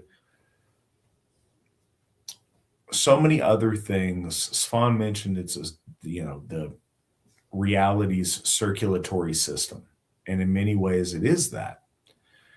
If you look at the human venal system, you see what very much looks like a tree. If you look at, probably the only time I'm going to do this, if you look at a placenta, but you see all hard jokes aside. I mean, a broken clock's right twice a day. There are elements, though, that look that way for a reason. It connects in a very simple way the upper from the lower, but it also connects all the other stuff too. I think there are other, you could argue other poetic meanings for it being the terrible one's steed, but I also think it is a means of traveling between the different realms. It is a conceptualization of the matrix of our reality and the ways in which we are connected to other planes of existence, other parts of existence. And the felling of that separates the connectivity. It breaks down the connectivity of all the different pieces that form the order of our existence. So it structures and orders the different planes of our experience and our reality. It separates, but it also connects. And I think that's the reality of it. It is the interconnecting matrix between us and the lands beyond the veil, between the above and the below and the middle and all the other realms of existence. And it facilitates movement between those different places. We also liken it in an important way ritually to our existence writ large and writ small, that when you feed the tree good stuff, you make a healthy tree. When you feed it bad things, you make a decaying and an unhealthy tree.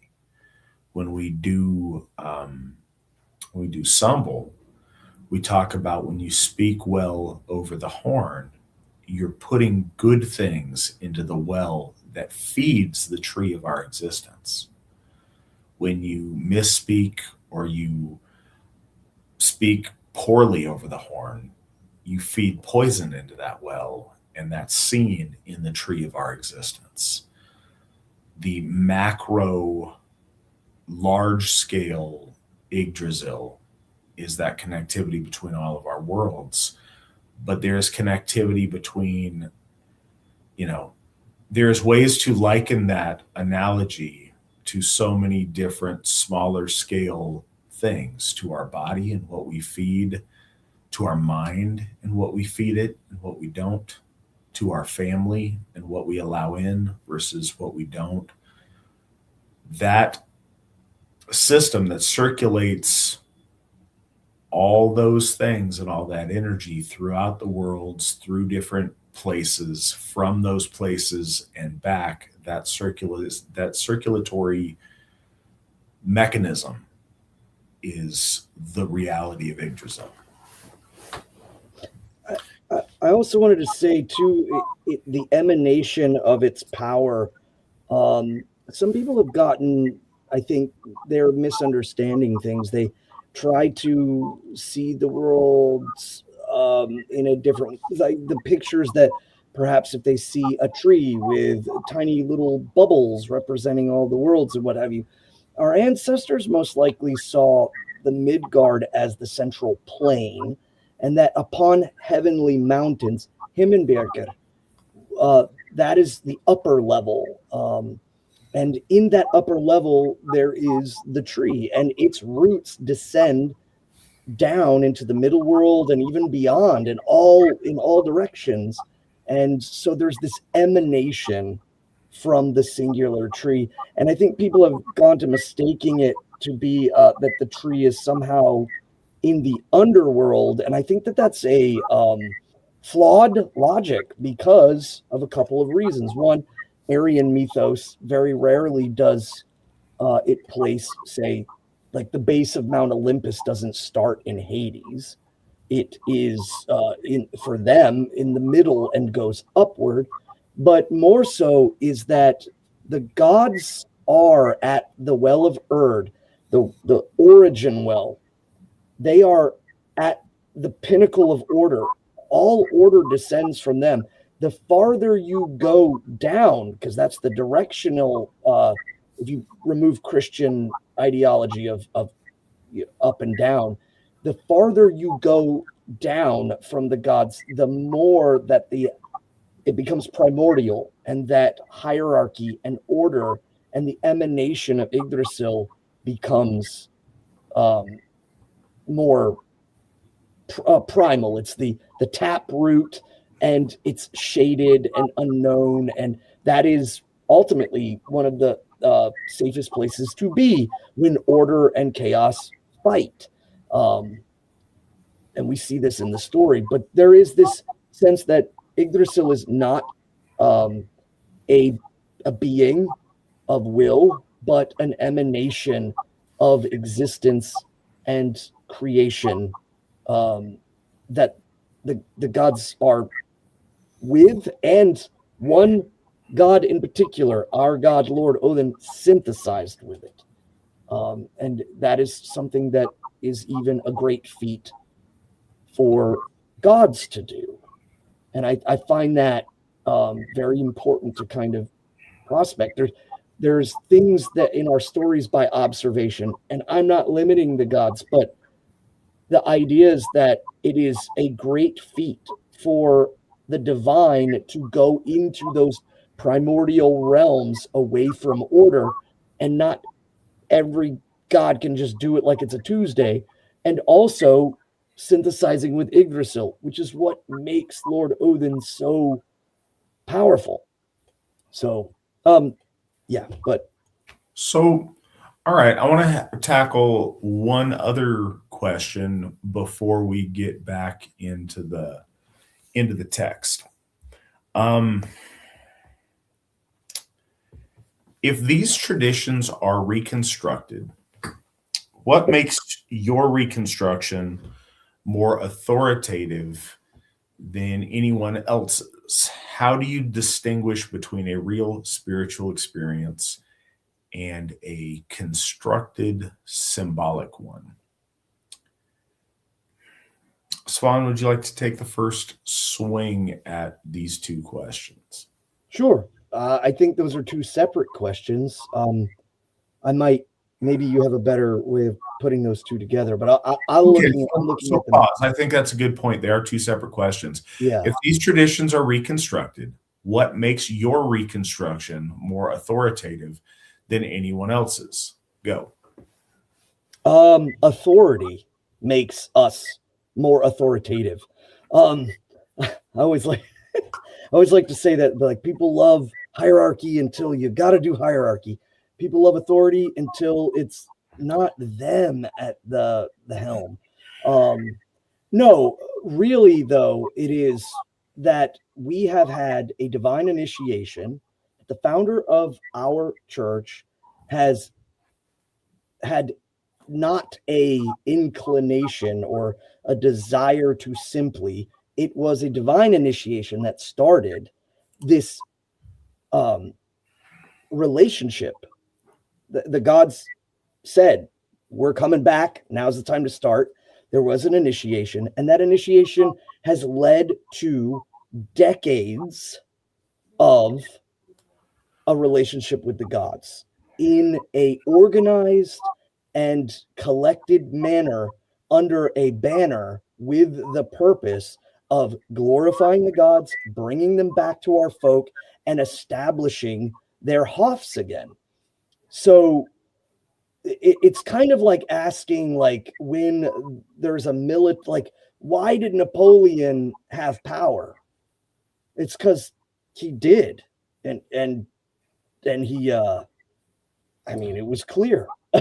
I remember, I think, was it Hegel said, when he saw Napoleon marching through his town, he said it was almost as if he was not just a man, but a force of will or a force of greater power guiding him. But the reality is that we are sincerely having a relationship and processes and building structure around that sincerity, around that desire of, we're not simply scholars. We are not simply, we're not LARPing as our ancestors. We are living in this moment now. We are this faith tangibly here and consistently showing that we are, by building Hofs dedicated to the gods that have not been around. Like, the Hofs have not been around for 1,000 years. And now we are building them, and people get into their heads that, oh, well, I mean, what makes you different than some guy who does this in his backyard? And I would say there's a lot that makes us different from that guy. If that guy is capable of learning and understanding and joining us and being part of this, there's no problem there. And that sense of us growing together and moving forward towards the horizon. Unfortunately, our religion is plagued with people who want to tear things down to year zero, and they want to be the leader of something. And that, I think, is disingenuous to the gods. But instead, here we have, it has already started and it continues to go. And the processes is not about someone trying to make their stance and being the grand poobah in their backyard church. And that authority of doing is what separates us from others. And the sincerity that we are honoring the gods, and we are trying to bring glory to the gods, not just the gods of our ancestors, but the gods of us as people. Yeah, first, thank you for asking the question. Thank you for asking both the questions. I think that they are good questions. And I think if you detect any kind of spiciness in response, it's because these are questions that are very often posited as these like rhetorical gotchas or something because they don't have the clearest, like perfect answer. And I get fervent about it anyway. Well, no, and I want to get so I want to approach it from a little bit of a distance here. One of the things that is a common refrain is, well, who's to say what's right and wrong? Somebody first, because imagine a world where nobody says what's right and wrong. That's terrible. And then who's to say? The person with enough courage and moral rectitude to stand up and say, this is this and that's that, and to stand and suffer the slings and arrows thrown at them by all the naysayers that, but what about this? But what about this other thing? But what? Because at some point you have to pick away and go with it. So in the case of the Asatru Folk Assembly, what makes our reconstruction better than everybody else's? First, because we don't hold to the pretense that what we're doing is a reconstruction. I am not trying to imitate anything that our ancestors did. I'm trying to do Asatru in 2025. I would like to be informed by the knowledge of our ancestors, absolutely. But I'm not trying to copy what they did. I am trying to learn from things that they did to inform best ways to do the things that I do and that we do. But I'm not trying to pretend to be anything other than who we are. And we have worked very honestly for 30 years this year. Here in a few days will be 31 years as the Asatru Folk Assembly in establishing and maintaining the gift cycle between our folk and our gods. That's built on a previous 33 years of our founders' efforts to do the same. One thing that makes ours more authoritative is that we have that history that we're moving forward. In the course of time, that may not seem like a lot, but in the circles that we're in, and for other people who are doing something similar, it does show a stability and a lasting commitment to doing this right. Being able to accomplish things is also a mark of authority in doing this. It's not just that we've been around for a long time, but it's in that time we have successfully engaged with our gods in a way that they've blessed us. I understand that, any Tom, Dick, and Harry can say that the gods are blessing them, and maybe they do. But you can see those blessings in the AFA in some very tangible ways. I think our success, our HOFs, the progress that we make, and the stability that we have over time does speak to those blessings. And I think that does say something. I think you can also, what is also authoritative is the seriousness that our Gothar take the responsibility bestowed on them. That time hasn't just been sitting back and existing. It has been time spent working and building and developing the AFA, but it's also time that's been spent in prayer and in gifting the gods and in seeking their wisdom and their inspiration and their approval, and refining over that time how we do, what works best, what do we feel gains divine approval, what things do we feel don't, that we need to discard and alter or change or shift around to do this better. It's the countless hours and years spent in devotion and dedication by our volunteers and by our priests and priestesses, our Gothar, in trying earnestly to get it right. And it doesn't mean, or authoritative doesn't mean perfect, but we honestly strive for perfection. I don't say that's silly. We know that we're very far from perfection, but we're a lot closer than we were 30 years ago. And I have to believe that we're much closer than someone who started 30 days ago. That authority counts. And the other things are matters of faith that somebody from the outside might not take as seriously, or it's very hard to prove empirically, but somebody who's been devoted to this for,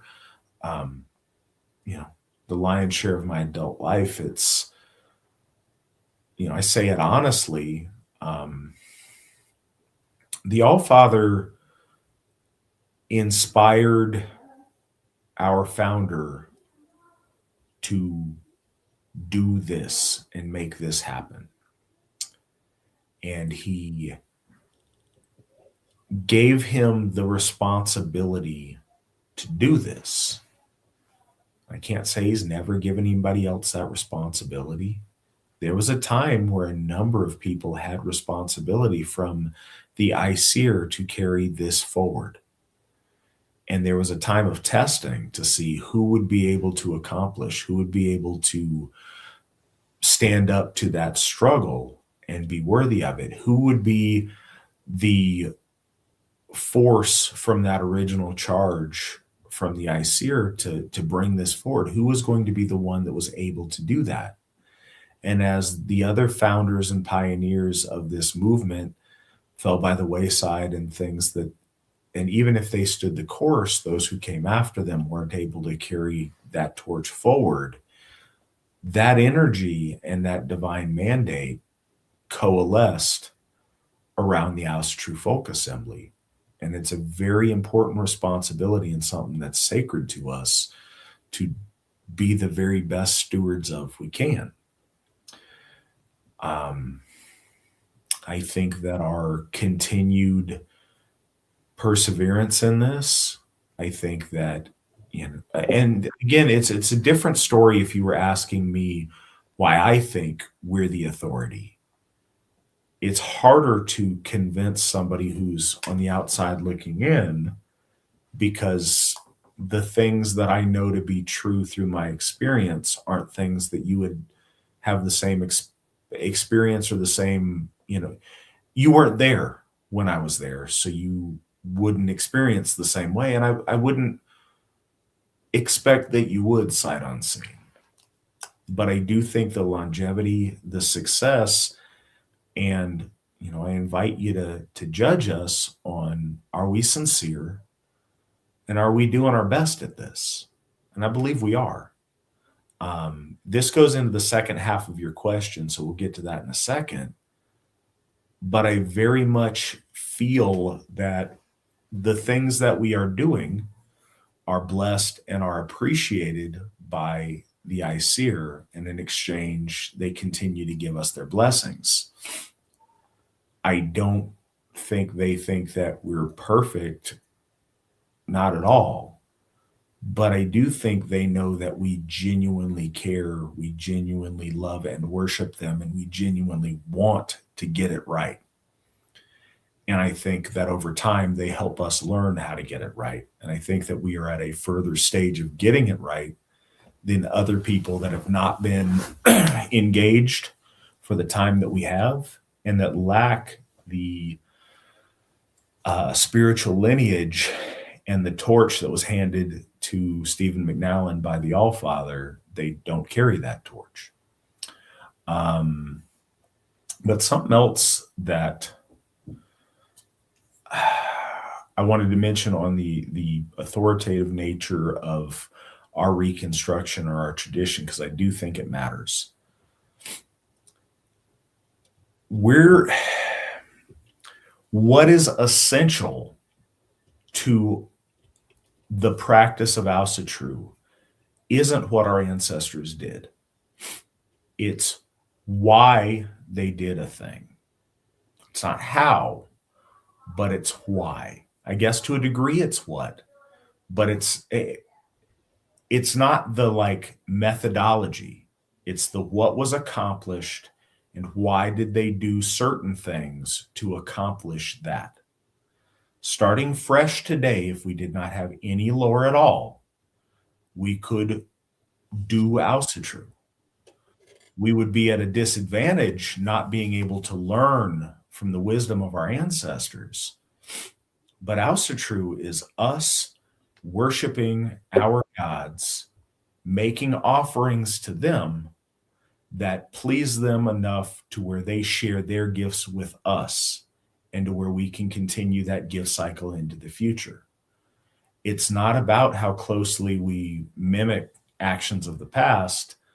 And I don't want our, quadruple, sextuple great-grandchildren to look back and try to emulate what we're doing as closely as possible. I want their practice to have evolved and be as relevant to them and the world that they live in as ours is to us, and as our ancestors in the lore that we read about's practice was to them. The relationship with the Aesir is timeless. The method and what it looks like and, the exact nature of the ritual changes over time and over circumstance. Svan, how do you distinguish between a real spiritual experience and a constructed symbolic one? Well, one, I did want to commend you on your intellectual honesty towards folks, inviting them to come and judge our sincerity. I get a little soapboxy sometimes, and I think you tempering that down was probably better. So in the chat, it was mentioned as well. Someone said, when we look into the sky, we see the gods. And you're not wrong. The manifestation of the gods through their will and the very nature of what they can do. And I'm not stating what they can't do. What I'm stating is based off of observation and our relationship and my personal relationship with the gods. Their manifestation of will into the world comes in different ways. They're not just, the god of storms. Their purpose and understanding of keeping balance of things, whether it's environmentally, cosmically, but it's also, again, deeply spiritual, and even the balance of community and of the people themselves, all the way down to the microscopic, all the way up to the biggest cosmic. The gods manifest their will in each of those layers, and they show themselves through their deeds, and it is a matter of us observing. It's very easy for us to see a storm and say, oh, Lord Thor. But it's harder for us to conceptualize the idea of, let's just say in the environmental sense, that there is a balance being made, that there is a positive and a negative. There's a heat and a cold. And if they build up, they will eventually collapse and create a tornado or a typhoon or a hurricane. So there is balance being played out in front of us. And science can explain perhaps how, but doesn't explain why. And the gods are the why. But that's just one manifestation of how they exert their will and their connection to fate and time through the well of Erd, and their ability, they gather there to counsel every day is, again, adjudication of will, the manifestation of deed. And we can see it in almost every level of interaction. But generally, when we talk about personal spiritual beliefs, most people are coming from a singular individual point of view. Perhaps it's been formed by modern society or previous religions, if they're coming from Christianity or some other kind of way of thinking. They will go into looking for a cultivation of the interior self. And one of the things that I find important to talk about is that when you come into Asatru, it is a return to both a collective sense of deed and working together and manifesting spiritual might. Giving and praying is good, but also giving and praying in with your people is good. And so we start to get away from the need to humanize the divine, turn it into a mortal. We get away from it needing to be, oh, my soul in specifics needs to be saved. And if you're not saved, then you go to a bad place. And that just makes me feel so good. We get away from that. Our semblance of religious experience is about unifying with our community, unifying with our folk, giving praise to the gifts that we receive through their will, the gods, and building that relationship with them. That connects us together, connects us with the gods. So our spiritual experience, first and foremost, comes with connection. And connection, it's something that I think a lot of people nowadays have a hard time battling with.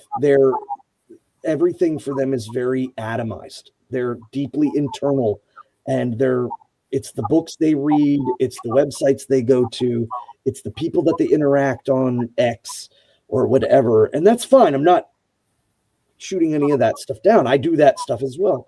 But it is about connection. It's about what you do with your people, what you do with your tribe. And we are so far removed from that people have a hard time grasping it. And so when you are with your people and you feel this overwhelming presence, whether it's of your ancestral line, a specific ancestor, or if you feel this presence moving forward of one of the holy gods, it is wholly different than reconstructing, say, this is the full moon. I want to draw this diagram of 9 squares or a tetrahedron, and I want to light this and ring that and do this in order to maintain the balance.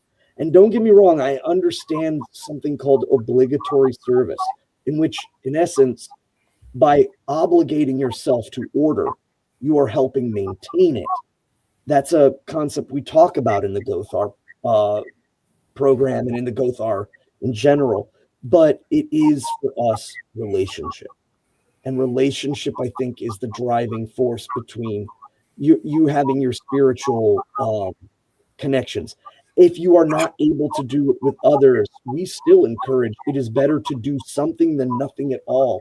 And to do it not with the express idea of getting something in return, but to build relationship. In truth, we are in deficit to the gods. They don't owe us anything. We have to come back from hundreds and hundreds of years of kind of losing our way. And again, that fight, I think, is important. I think they want us to fight back to our true selves, to our true identity. Sometimes it's about the journey of shirking off that which weighs you down, that which poisons you, taints you. That journey is a spiritual journey that I think the gods are to complete. So, yes, sorry, connection. Connection is, I think, the first step to understanding true spiritual experiences.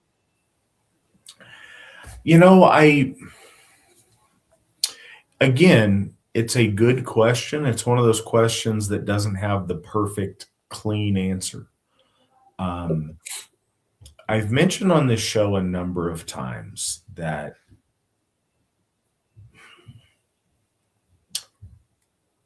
so many of us start out wanting to believe in the gods. Often we say we believe in the gods and we genuinely mean it.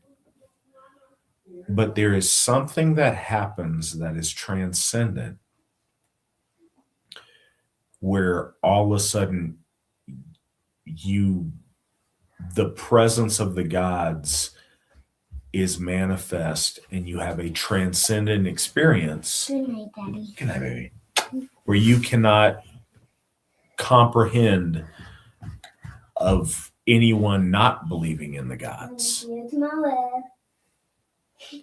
And that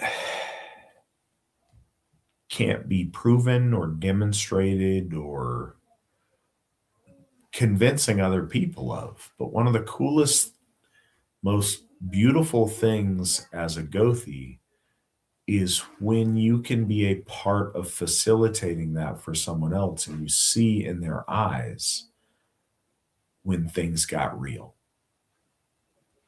And so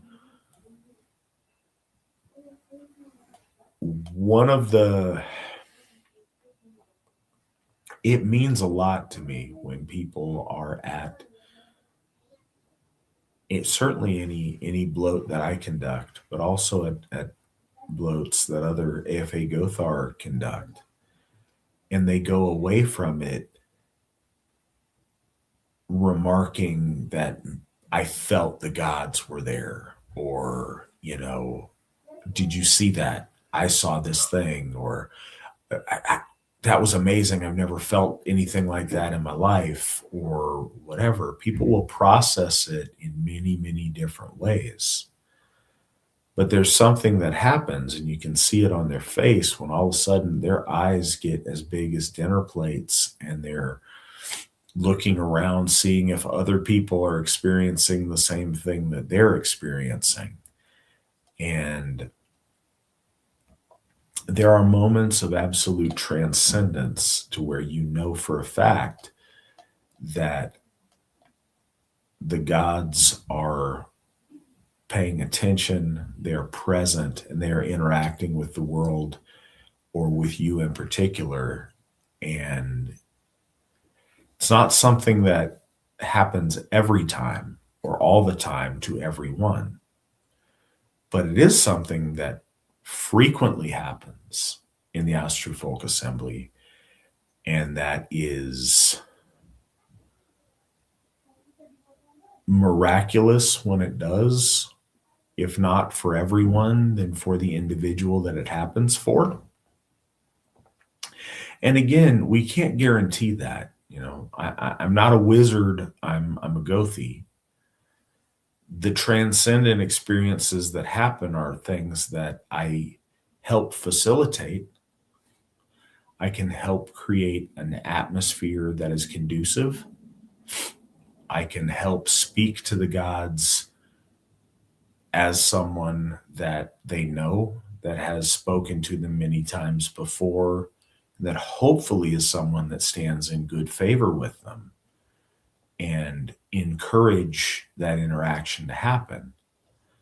But in order for the transcendent to happen, the person there needs to be open to it, and the gods need to wish to reach out and make that happen. Sometimes it does. Oftentimes it does. Sometimes it does for the individual. Sometimes it doesn't. But here's the thing on knowing whether it's real or whether it's not. Once it happens once, then it's real. The rest becomes academic at that point. It doesn't need to happen every time or in all circumstances, because it happens once. And then once you know the gods are in fact real, and that they hear us when we call out to them, then the rest is just a matter of degrees. We overcomplicate things. And again, I don't mean to be disrespectful by simplifying them. It helps me to process and to plan and to conceptualize and go forward when I break things down to very, very basic truths that I know. As people, we understand the idea of exchanging gifts with people. Most of us know the idea of writing a letter or sending an email or sending a gift or giving a gift personally to people who are bigger than us, who are higher status than us, who are our elders, or, you know, a famous person or a whatever.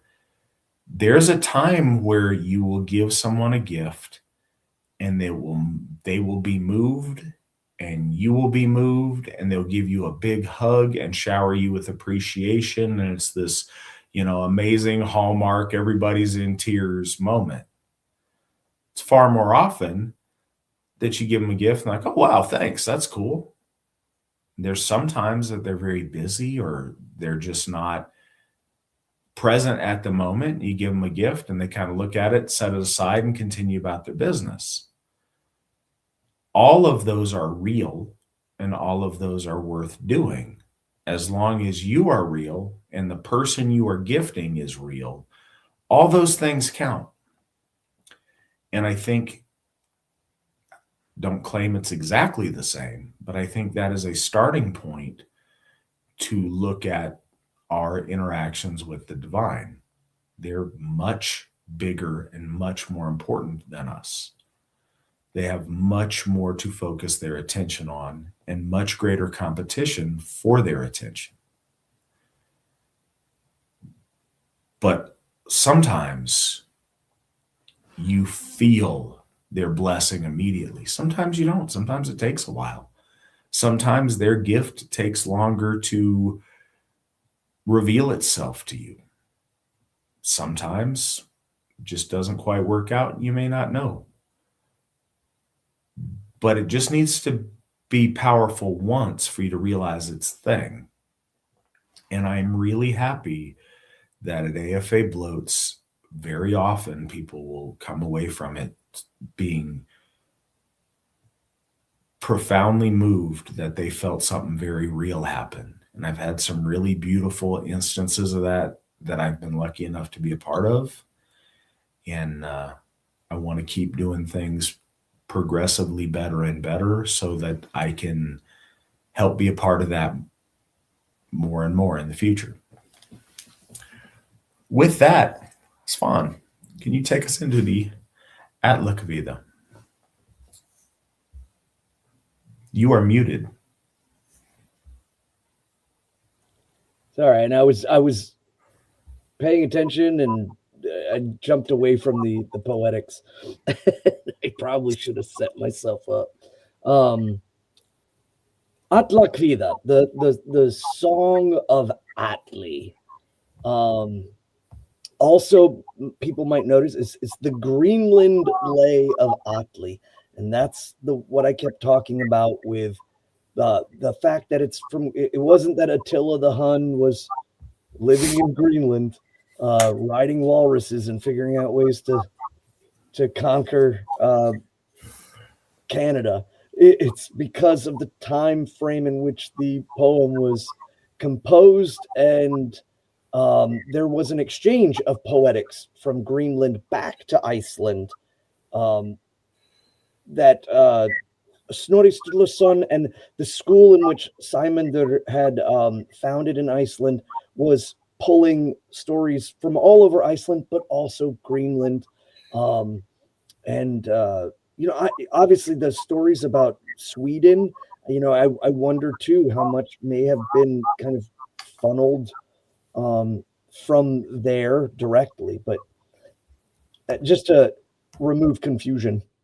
And of course, Atli. Now, Atli is one of the big antagonists of the story of the Volsungs.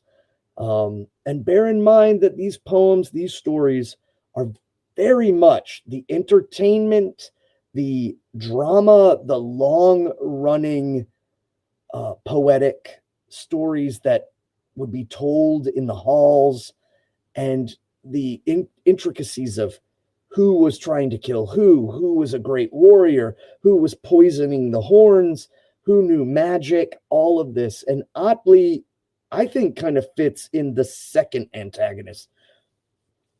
Brynhild, the Valkyrie, is very much, I think, the first antagonist. She becomes the love interest that turns into a terrible and vengeful storm. But Atli is very much a cut of a warrior of his time, great in power, but ultimately, and I think this is true with the historical Attila, is with grand military and might and gaining lands and gaining control over people, there was also great chaotic strands of doing things that weren't necessarily about him being a wise leader. He was cunning, but I think he had a pendulum swing a lot of times and would do things drastically. And by the poetics, that became his motif, is that he is a very scary warrior, but he's also very unpredictable and would do things that don't necessarily, he's not a schemer, but he's also not someone to be trifled with, because 1 minute the wind could shift and now you have to deal with him. So again, bringing it back, we have Sigurd and Brynhild, and then we have Guðrún and her brothers Gunnar and Hogni, and these are again the main core characters of the story, and they consistently refer. Gjuki here in the beginning is, of course, Guðrún. It's her father, King Gjuki. So Guðrún, Gjuki's daughter, avenged her brothers, as has become well known. She slew first Atli's sons, and thereafter she slew Atli and burned the hall with all its company. Concerning this, the following poem was made. So we can see some comparisons between the other poem, where the poem's actually just simply stating what this is. But now we know what is to come. Brynhild actually was the first one to prophesize that Sigurd would die, she would die, then Gunnar and Hogni would die, and all that would remain lonely is Guðrún, and the only thing she would do in her loneliness is destroy a king and his kingdom. And this is what that story is. So in verse 1, it says, Atli sent of old to Gunnar a keen-witted rider. Knavroth did men call him. To Gjuki's home came he, and to Gunnar's dwelling, with the benches round the hearth, and to the beer so sweet. I looked into Knavroth, and I can't quite find a translation, because there's a lot of different spellings, but Froður, being fruitful or peaceful, I think is that part, but the beginning part, nay or Knafroður, I can't lock it down. So if anybody's got that, definitely put it in the chat. But he was a keen-witted rider, and he goes to King Gjuki's realm, but specifically to Gunnar's hall. And he is welcomed, and there is a warm hearth and sweet beer. And this is, of course, Atli's man, and we all know Atli eventually kills Gunnar. So then the followers, hiding their falseness, all drank their wine in the war hall of the Huns, wrath wary. And Navroth spoke loudly. His words were crafty. The hero from the south on the high bench sitting. Couple of things. What we have here is Gunnar's men are false because they are scared of Atli. They're hiding their fear, their wrath wary of the Huns. And so Navroth, and whatever's about to transpire, is making them nervous. So they're there, but they're trying their best to not show they got any issues with the Huns. And Navroth, speaks from the high bench or the high seat. This is a sacral point of power. It could be like the chair of the poet, but oftentimes the high seat was the seat of honor in the hall. If there was a seat where the gods were sitting, then there would be a high seat in front of the gods for the highest guest in honor. If there was a lord of the hall, he would have a high seat for his highest guest to be invited to sit in the high seat before the gods or before the Lord is a big deal. So he's sitting in this seat with all of that attention culturally directed at him as he begins to speak. But everyone there is very nervous because the Huns are not to be trifled with.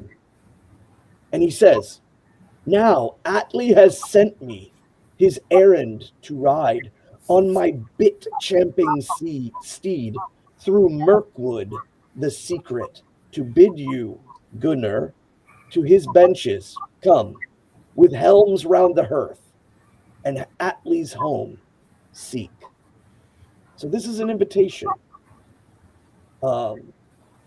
Shields shall ye choose there, and shafts of ashwood, gold-adorned helmets, and slaves out of Hunland, silver-gilt saddle cloths, shirts of bright scarlet, with lances and spears and bit-chomping steeds. So again, this is used, the bit chomping or the horses biting at the bit. But also, I think it's worth remembering that helmets, swords, all of these things were highly prized. Most of our ancestor warriors were not lords, but were common men who were lucky to have a shield and a leather cap and an axe. But scarlet clothing, dyed red, and gold and silver gilded helmets and swords, strong, sturdy spears. So he's saying to Gunnar, it's time for you to come. You've been beckoned as he controls the lands. You should come there, but take these weapons, join us. And this would be very enticing, but again, there's a deep understanding. And depending on if this poem focuses on Brynhild's prophecy, it could all be for naught. It's like, yes, this is all cool, but I know what's going to happen. Then he says, the field shall we give you of wide Gnita heath, with loud ringing lances and stems gold overlaid, treasures full huge, and the home of Damp. Now, I think Damp or Donop is the Dnepr, the river. Oh yeah, down here in the notes, it's the Dnepr River, in that area, and that gives significance to his mentioning of Mirkwood, the dark and marshy forest around the Dnepr River in Eastern Europe. So he says you'll get all this land there. Yes, and the mighty forest that Mirkwood is called.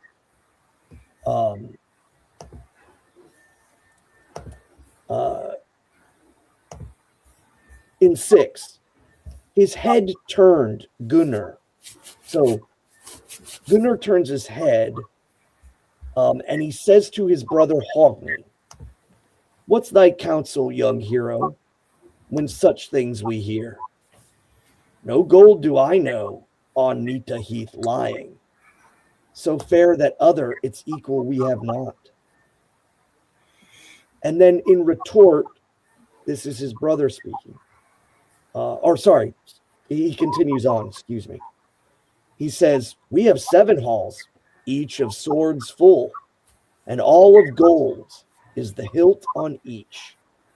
My steed is the swiftest, my sword is the sharpest, my bows adorn benches, my byrnies, which are chainmail shirts, are golden, my helm is the brightest.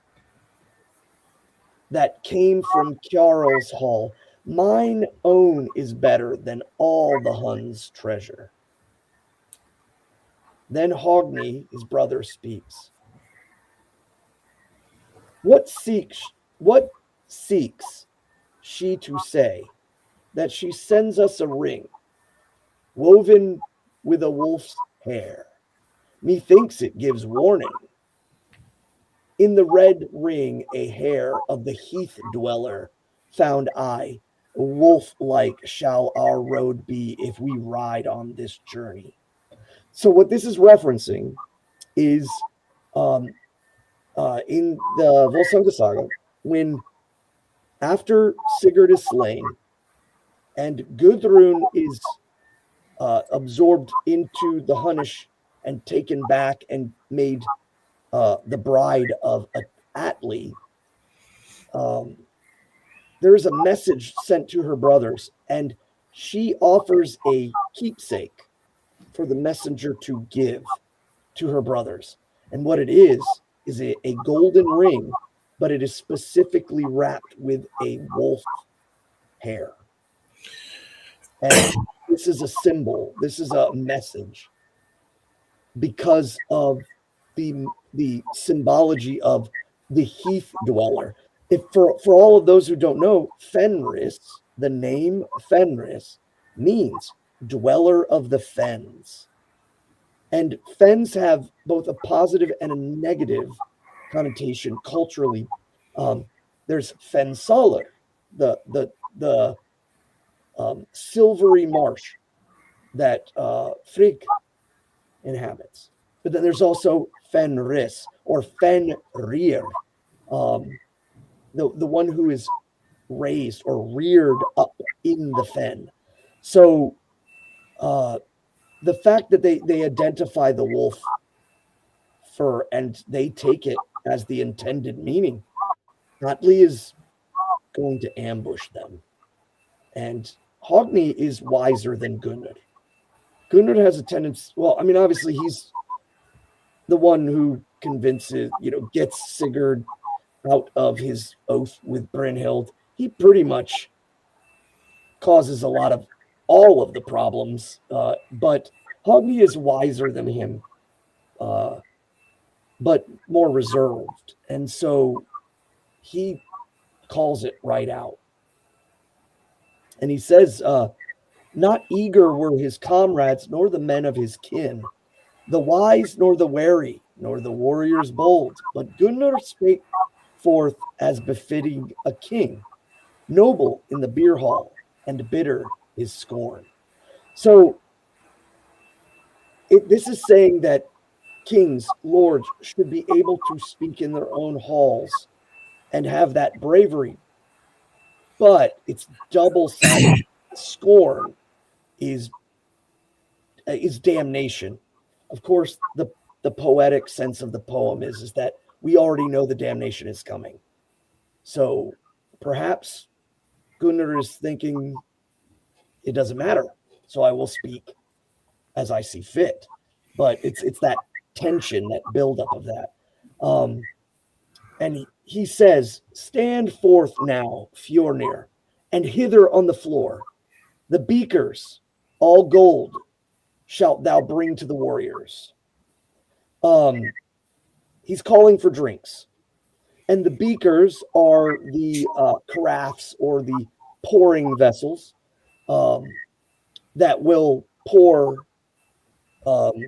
beer or mead for those gathered in the hall. Now, if anybody's reading on the website, there is 2 lines of perforated dots, and that means that there was damage in the recording, and so these 2 lines in the stanza are not available. But he basically says, get the beer out, because what I'm about to say, everyone's going to need to wash their throats from the nervousness. And then he says, the wolves then shall rule the wealth of the Niflungs. Wolves aged and gray-hued if Gunnar is lost, and black-coated bears with rending teeth bite and make glad the dogs if Gunnar returns not. First off, context for those who don't know, the Niflungs. Niflung, it means mist dweller, and they are the Niflungs, and they are of that clan or stock of people, and he is clearly saying, wolves will rend my kingdom apart if I do not return. Bears will rend my kingdom and make glad the dogs. The scraps will be divided if I do not return. I am the only thing holding this kingdom together. And he says, a following gallant fared forth with the ruler, yet they wept as their home with their hero they left. And the little heir of Hogni called loudly. So the son of the king's brother, his nephew, he yells, go safe now, ye wise ones, wherever ye will. Then let the bold heroes with their bit-champing horses on the mountains gallop, and on through the Mirkwood, the secret. All of Hunland was shaken, where the hard-souled ones rode. I love that, hard-souled. They're warriors. Their job is killing, and so they are hardened souls. Hard moðir.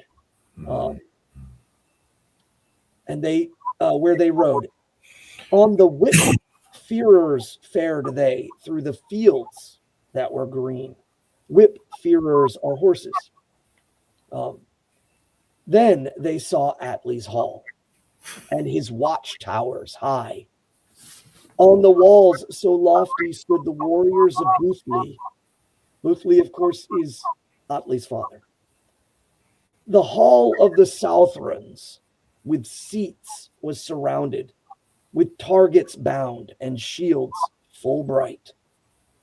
Mid weapons and lances did Atli his wine in the war hall drink. Sorry, excuse me, the separation there. That's interesting. The mid weapons and lances. I think this is referring to the level upon which weapons were hung in the hall. That everyone's kind of familiar with the Viking shield on the wall, but bows, spears, weapons that needed to be grabbed were held in the mid wall of the hall. So mid weapon and lances in the hall.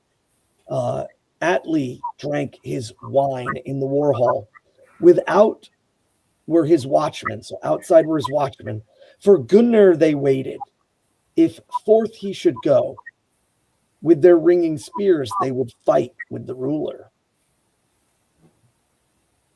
So with all of his retinue and his beckoning by Atli, he shows up with these men, and Attila's men or Atli's men don't know. Is this going to be a fight, or is he coming in? Then Gunnar and Hogni, this verse, which is exceptionally long, and again, this is chaotic in the sense that the meter is very different, but Hogni and Gunnar see their sister, who is now the kind of reluctant wife of Atli. 16. This their sister they saw, as soon as her brothers had entered the hall, little ale had she drunk.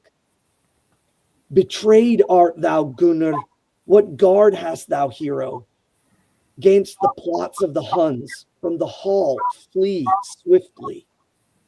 Brother, 'twere far better to have come in a bairnie, with thy household helmed to see Atli's home, and to sit in the saddle all day neath the sun, that the sword Norns might weep for the death pale warriors, and the Hunnish shield maids might shun not the sword, and send Atli himself to the den of the snakes. Now the den of the snakes for thee is destined. Making some realizations on the den of the snakes. That's hell.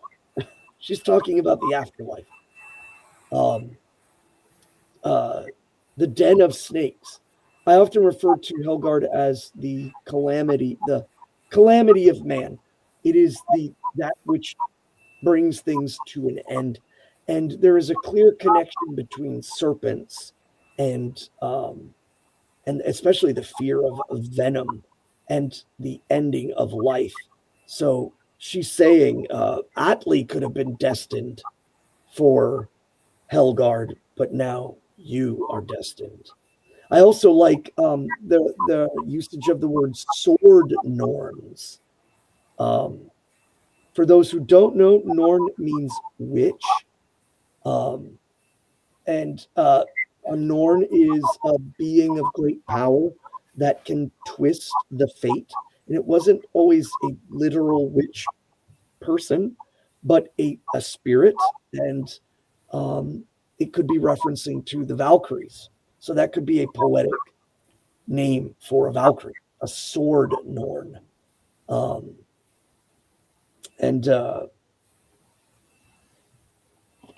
think that's really, really cool. But she basically says you should have stayed outside of the kingdom. You should have sat on your horse. You should have plotted how to fight Atli, but instead you've walked right in. And then Gunnar speaks, 17. The first verse is lost. Again, there's the perforation. But he says, too late it is, sister, to summon the Nivlungs, his clan. Long it is to come to the throng of our comrades, the heroes gallant from the hills of the Rhine. So the Nivlungs come from Germany. They've come eastward. And he's like, I cannot summon the whole of our clan, the whole of our people. But ultimately, I think he knows the prophecy. Then Gunnar they seized and they set him in chains. The Burgundians' king, and fast they bound him. So the Nibelungs in Germany are part of the Burgundians. I know that some people are familiar with the famous coach Vince Lombardi. His name is a tribal name that harkens back to the Longobards. Anybody with the last name Burgundy is a tribal name that harkens back to the Burgundians. And there are many folk in Europe and America today who still have their last names hearkening back to the tribes of the migration era. So the Burgundian king is captured by Atli. Hogni slew 7 with a sword so keen, and an 8th he flung into the fire. A hero should fight with his foemen thus, as Hogni strove in Gunnar's behalf. So Hogni turns his battle prowess all the way up, kills 7 men, throws another man into the fire, and he is not going down without a fight. There is a gap again in stanza 20. 2 lines are missing. And then it comes in with, the leader they asked if his life he fain, with gold would buy, the king of the Goths. So that's directed at Gunnar. They basically ask, is your life worth a bounty? Would you be willing to pay to walk out of here? And that's directed at Gunnar. Hogni's already made his decision. He's going down, and he wants to be noticed before he leaves.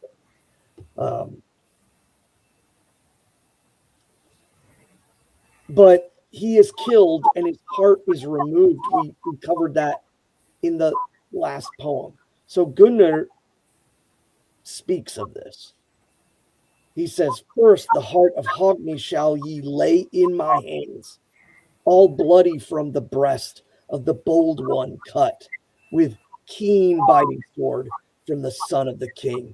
So he's basically saying, give me my brother's heart. And I think that kind of also might lend to the idea that they can't desecrate it if he has it. They cut out the heart from the breast of Hjalli. On a platter they bore it and brought it to Gunnar. And the way this is written, it would make you seem like Gunnar the one that declared the heart removal. But we know from the other poem that was not the case. It was Atli's man, Vilmund. Then Gunnar spake forth, the Lord of the folk.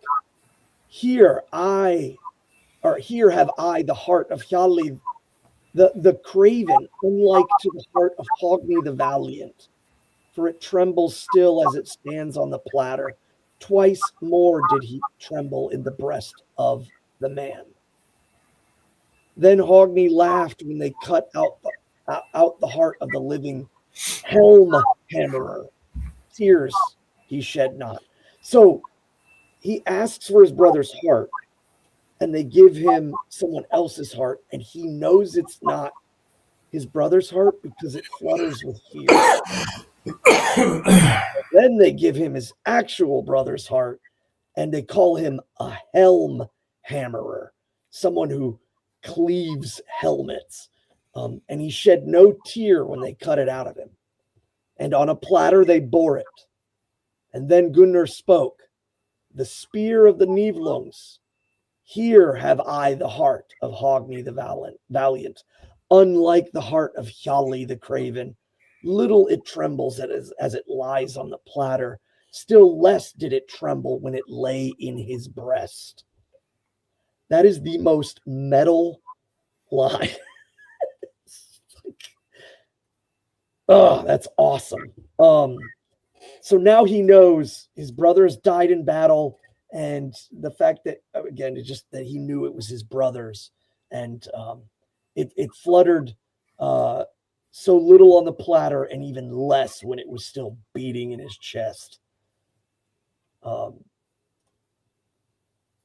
So distant Atli from all men's eyes shalt thou be as thou from the gold. There's a gap here, and there's going to be some choppy pieces. And I'm wondering if you're referring to the gold of the Niflungs or the Nibelungs, the gold that Sigurd brought to them. And that ultimately, that is Atli's drive. The reason why he has Guðrún as his wife, and the reason why he's trying to remove the last 2 noble-blooded warriors of the Nibelung line is so that he could roll in there and get the treasure that Sigurd brought. There is two more verses or two more lines gapped, but it's still Gunnar, and he's saying, to no one save me is the secret known of the Nibelung's hoard. Now Hogni is dead. So he's telling Atli, you're not going to get the treasure that Sigurd brought to the Nibelungs, because there was only two people who knew it, and you just killed one of them. And I'm not going to relinquish that. Of old there were two, while we twain were alive. Now is none but I, for I only am living. The swift Rhine shall hold the strife gold of heroes that once was the gods. The wealth of the Nibelungs, in the depth of its waters, the death ring shall glitter and not shine on the hands of Hunnish men. Atli then spoke, ye shall bring the wagon, for now is he bound. Now, again, this is a break, and I wish they weren't here because this is so good. But on the long-maned Glaum, the gloomy, or the black horse of Attila was called Glaum, the dark horse, and rode Atli the Great. About him were his warriors, but Guðrún, akin to the gods of slaughter, yielded not to her tears in the hall of tumult. So Guðrún is akin to the gods of slaughter. That means that she has long experienced the cost of war, is basically that's the poetic way of saying that. And she yields no tears, despite the fact that her kinsmen are dying. Then Guðrún spoke, it shall go with thee, Atli, as with Gunnar thou heldest, the oaths oftentimes sworn and of old made firm, by the sun in the south, by Sigtyr's mountain. That's, of course, Lord Odin's mountain. By the horse of the rest bed, and by the ring of Ul. And we can only surmise this is Ullr, the lord of the hunt and the god of battle, especially one-on-one. Then the champer of bits, the horse, drew the chieftain great, and the gold garter down to the place of death.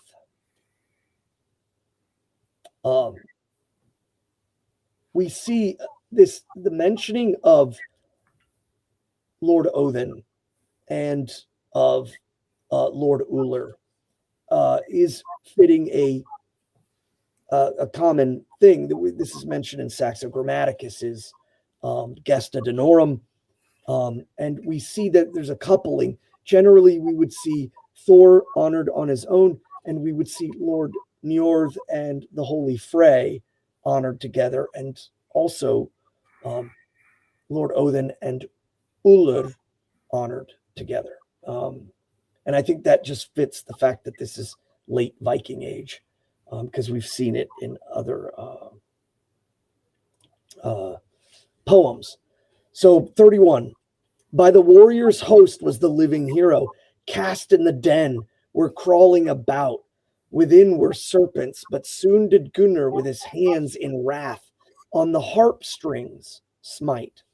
The strings resounded, so shall a hero, the ring breaker, gold from his enemy's guard. So instead of telling him where the gold is to be removed from the den of snakes, he strikes up a tune instead, and pretty much is telling Atli, I will sing my own song. I will not sing what you want, which is the location of the gold in the Rhine. Then Atli rode on his earth-treading steed, seeking his home from the slaughter place. There was a clatter of hooves of the steeds in the court, and the clashing of arms as they came from the field. Out then came Guðrún to meeting with Atli, with a golden beaker as gift to the monarch. Thou mayest eat now, chieftain, within thy dwelling. Blithely with Guðrún, young beasts fresh slaughtered, the wine-heavy ale cups. A lot of people might not understand that too, like wine, ale, beer, and mead were sometimes interchangeable as in descriptors poetically for drinking. But here specifically is wine. The wine-heavy cups of ale of Atli, they resounded. And that's, again, not all places did they always drink horns. Horns are deeply symbolic to us now religiously, but we have evidence of ale cups and actual chalices and horns being used. So they drank from their ale cups and they resounded. So they're clinking and cheering because they've killed the retinue of Gunnar and the small group that came with him. And when they're in the hall, the Hunnish youths clamored together, and the warriors, bearded, the brave ones, entered. Then in came the shining one, and drink she bore him. This, of course, is Guðrún. Unwilling and bitter brought she food to the warrior, till in scorn to the white-faced Atli did she speak. Couple of things with this. One, unwilling and bitter, she brought him food. This means that it's in essence, poetically, it's just saying she is holding all of this. Till in scorn to the white-faced Atli. I think this is an indication of shock. He's obviously not a coward, and nor is he. I don't think it's referring specifically to his skin.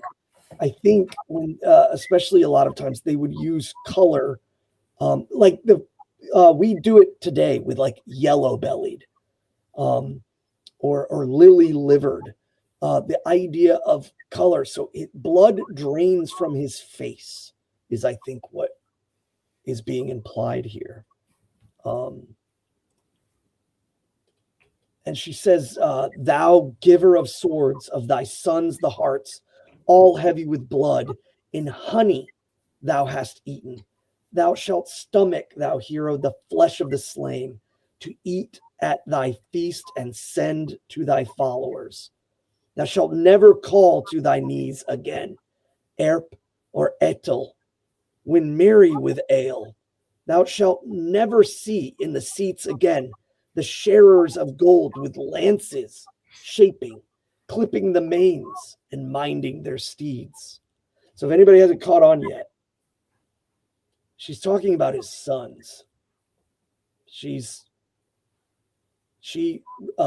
tells him this, and his blood drains from his face as he comes to the realization that Guðrún has slain his two sons. There was a clamor upon the benches and a cry from the men, the clashing of weapons, the weeping of the Huns, save for Guðrún only. She wept not ever. For her bare fierce brothers, or for the boys so dear, so young and so unhappy, whom with Atli she had.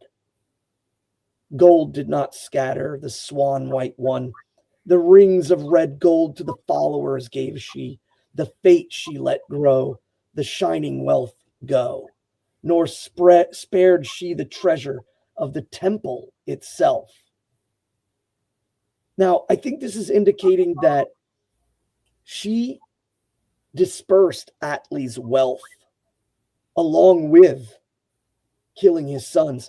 So not only was he driven to get the gold from the Rhine, now he has no gold because she has completely given it away, including the temple where the Hoftoller would be. She took from the gods and just scattered it or threw it, quite literally, not even giving it to people, but just dispersing it. And that, again, I think for the audience would set the tone that she is burning all the bridges.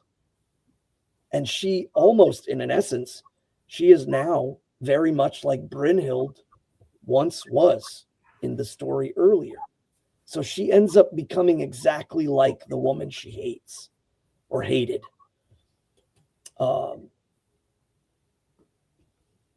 In 40, unwise then was Atli.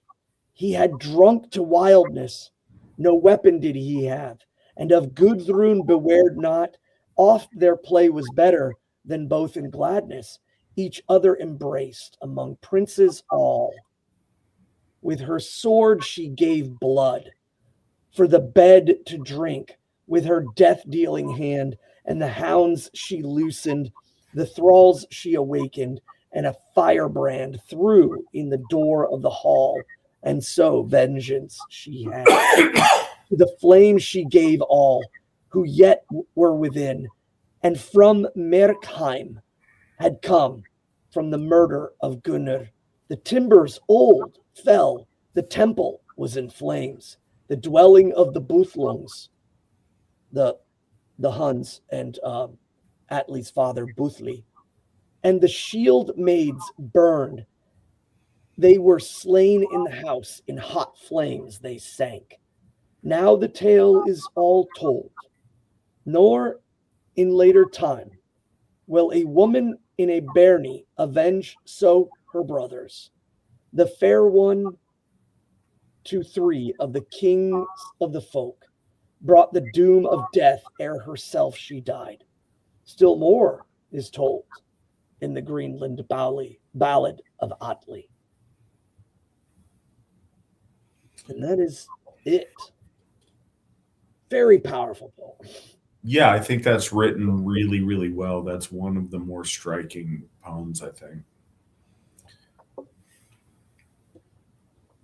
And I mean, go ahead. Oh, I was going to say the historical death of Attila versus the rumored death in which he died from over drinking, or died. I believe somebody even postulated that he died in a vat of alcohol. And then I think it was more historically proven that he did die in a fight, in a battle. I'm not 100% on that. I wanted to look it up, but I kind of like going into these poems with just my initial read. And Bellows, this is the first time I've ever read Bellows, but yeah, this is very, very good, but it follows the same way in the Volsunga saga, in which Sigurd's sons are slain. This is again a thing that happened in the poems that really got the audience's blood, boiling.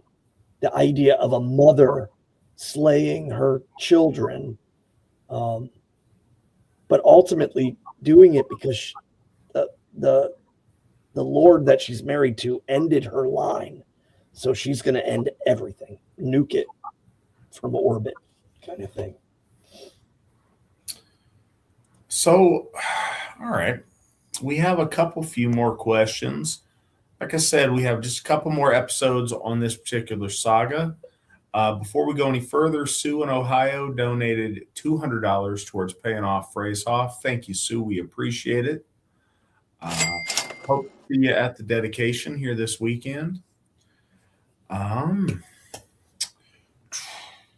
Where are we here? Yeah, somebody was saying I sound like Edith Kravitz yelling through a microphone. I guess that's on your end. My mic is echoing.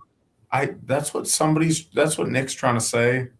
Yeah, it basically does it every single week. And if I mute Matt, then it stops. But then Matt gets all grrr because he can't talk. Yeah, no, nobody tells me it's a thing. If I know that's an ongoing problem, I don't want a bad broadcast, I'll do that. And this is the first time I've ever heard it. Yeah, I think that's pretty much always the thing. Fake news. Poor Nick. So, what kind of things can we do with our kiddos at home for Yule besides the standard pagan stuff? Anything you can lay out for us householders? Svan, you've got all of the Yule stuff. So, in a succinct way, what stuff can you lay out as cool stuff people can do Yule wise for their kids? Okay. First of all, I would say the best way to look at it is morning and night. We have morning traditions of lighting candles to virtues to start the days of Yule. Those are on YouTube. They have been around for a very long time. Highly recommend you find Founder McNallen's lighting of the candles to the virtues every morning. What I do is that in the morning, I light a candle to the respective virtue of the day. And then at night, there is a corresponding celebration. Most people are familiar with Mother's Night, which is on the 20th at sundown. It starts Yule, the lighting of the Yule log on that night, the keeping of a flame. I would recommend that you just take a 7-day candle and from your Yule log, if you don't have a fireplace, do it outside. Light a sacred flame. For those that don't have an understanding of like what to do with that, great thing to think about. Start this year. Take the bottom half of your Yule tree and make that your Yule log for the next year. That's what we do at my house. So take that, let it dry out all year. That's your Yule log. And when you light that, we take one flame from that, put it on a candle, and we keep that candle for 12 nights. The purpose of that is keep that flame running in the darkest time of the year. When we do it at the Hof and when we do it with others, if your flame goes out, your kinfolk will come and help relight your flame. It's a community ceremony that goes on. Now, for 12 nights, there are dedications that I like to promote for folks. And Nick's putting it up here. But also, I think Nick has a Word document that explains a lot of this, and it is extremely in depth. But the best way to look at it is Mother's Night on the 20th, celebrating the sun on the 21st, and usually that's done in the morning or before noon. We burn a sun wheel. And then Ancestors Night on the 24th. This is when the Yule Elf returns with gifts from the ancestors that morning, and we do the gift exchange and everything on the 24th. And then the last, of course, is 12th night.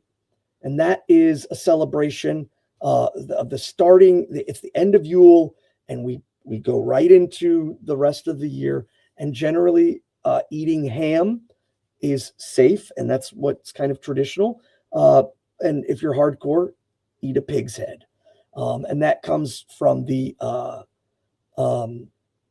tradition of making an oath or a resolution on the boar head for the new year. So that's the way I would lay it out. In the morning, light a candle to the virtues and prepare your mind, prepare your individual self for the day. And then at night, you give honor, except for Suna's Day. That's usually done in the morning. If you follow the write-up, each day has some unique things, but not all of them are partying. Some of it is cleaning your hearth, cleaning your yard, putting biscuits and treats out on the trees for the birds, ornaments out there, or brewing your mead if you're a brewer. Thor's night. And then for Odin's night, that's a great night for augury. I usually do a rune reading once a year now, and I'll do it on Odin's night, leaving out some apples and some rumple mints. That's just my personal thing as Lord Odin returns from the wild hunt. He's going back, and the wild hunt is finally ending, so we can all take a breather on that. In the write-ups, I would recommend, people take a look at it, but there is a synthesis between the candle lighting and the stuff you can do every night. But I think too, for people at home, especially with children, calling the Yule elf with the Yule log and then having him bring the ancestors' gifts and fill the stockings with his own gifts, and then doing the gift exchange with everyone. Usually, we do one gift per person, so that way our children aren't getting like floods of gift. They know, and sometimes it's not even bought; it's made. And the Yule elf is watching. So if you get greedy or complain about the fact that you got something, you're getting charcoal next year. So, but that's like a really brief and straightforward for here. But please, the write-up I would recommend, and also go to YouTube, look up the candle lighting virtues on our YouTube channel that Founder McNallen has had and set since the beginning. It's just that it was filmed and got down, and that's a huge part of our cornerstone of our Yule tradition. All right. I'm white, but I'm not Nordic. Am I still allowed in the religion, or is my ancestry close enough?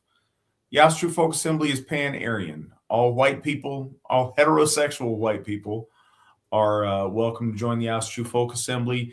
Yeah, I understand that so much of our lore comes from the Viking Age and is delivered to us in Old Norse, but that's a very small snapshot of a moment in time of a faith that is eternal and has been with us since the dawn of our race. So Asatru didn't just spring up in Norway at some point. No, before that, it came into Europe. Before that, it was in, on the steppe. Before that, it was, towards the pole before the Ice Age happened. Like, it's been with our race since the very beginning. Logic dictates that these are the gods who created us. So they've been with us all the way through, and we know that those same folk, the Aryan folk, populated all throughout Europe, and they're just as much, your gods as they are any Norwegian or Swede's gods. This is your faith. You should come home to Asatru. Do you guys believe the gods are real, or do you just reference them to honor our people and ancestors? So this is an interesting world that we find ourselves in. There was a time in modern Asatru, and I'd say up through the 90s, where the majority of people came to Asatru from Christianity. So you had religious people rejecting a foreign religion and choosing their native religion. But what you have more often now is people who were raised atheist that don't really understand or aren't comfortable with religion and divinity, that often find Asatru through historical interest or through political alignment. And that's it's a fine place to start, but that's not what this is. White people are awesome. Ancestry is awesome. We're pro-white. But that's not the point of what we're doing. The point of what we're doing is worshiping our gods. We are Asatru. The gods aren't a cool theme for our white people political group. That's not what it is. We celebrate and embrace our people because of our shared faith in the Aesir and our shared heritage gifted to us from the Aesir. We believe in the gods very, very much. We are a church. That is what we do.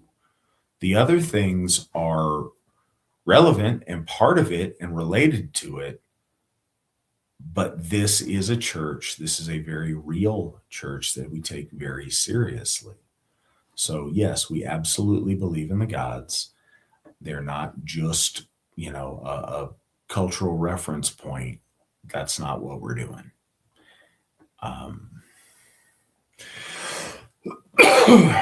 We have another question here by, I don't know where this person's from, and it makes a difference in how we answer this question. Svan, go ahead and take a first swing at it. What are some of the major differences between the AFA and Odinists? We have local Odinists, but I haven't had a conversation with those neighbors. You're muted. It definitely sounds worded like somebody that might be from Europe or on the surface. There is no difference, but Odinist is a term that I think doesn't do our gods justice. I think it's a remnants of an ideal that perhaps singularity, and we believe in many gods. Lord Odin is powerful. I just went over too about why with Yggdrasil and all of that. So this isn't about somehow demeaning Lord Odin.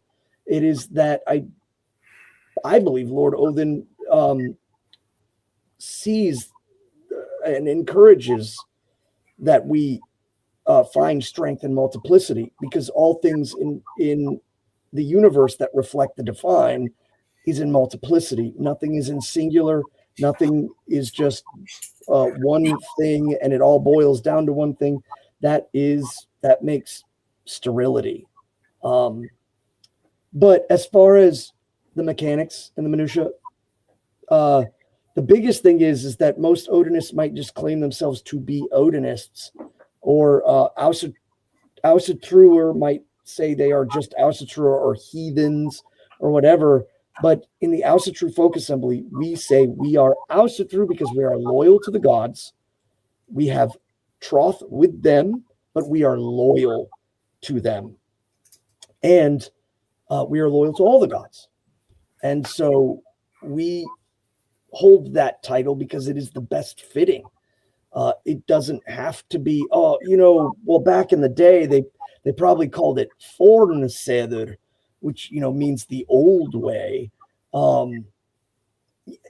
You can say that it is the old way, but Asatru and the Asatru Folk Assembly, that is loyalty and deed and driving for the gods, doing for the gods, building hofs, organizing, building communities, building kindreds, building individual practice, and taking the horizon with that.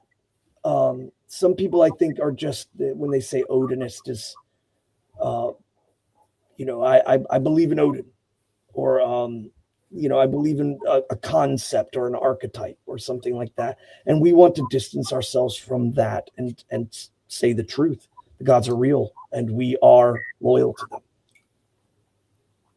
Yeah, it's a strange question. It depends where you're at. I think it is more common.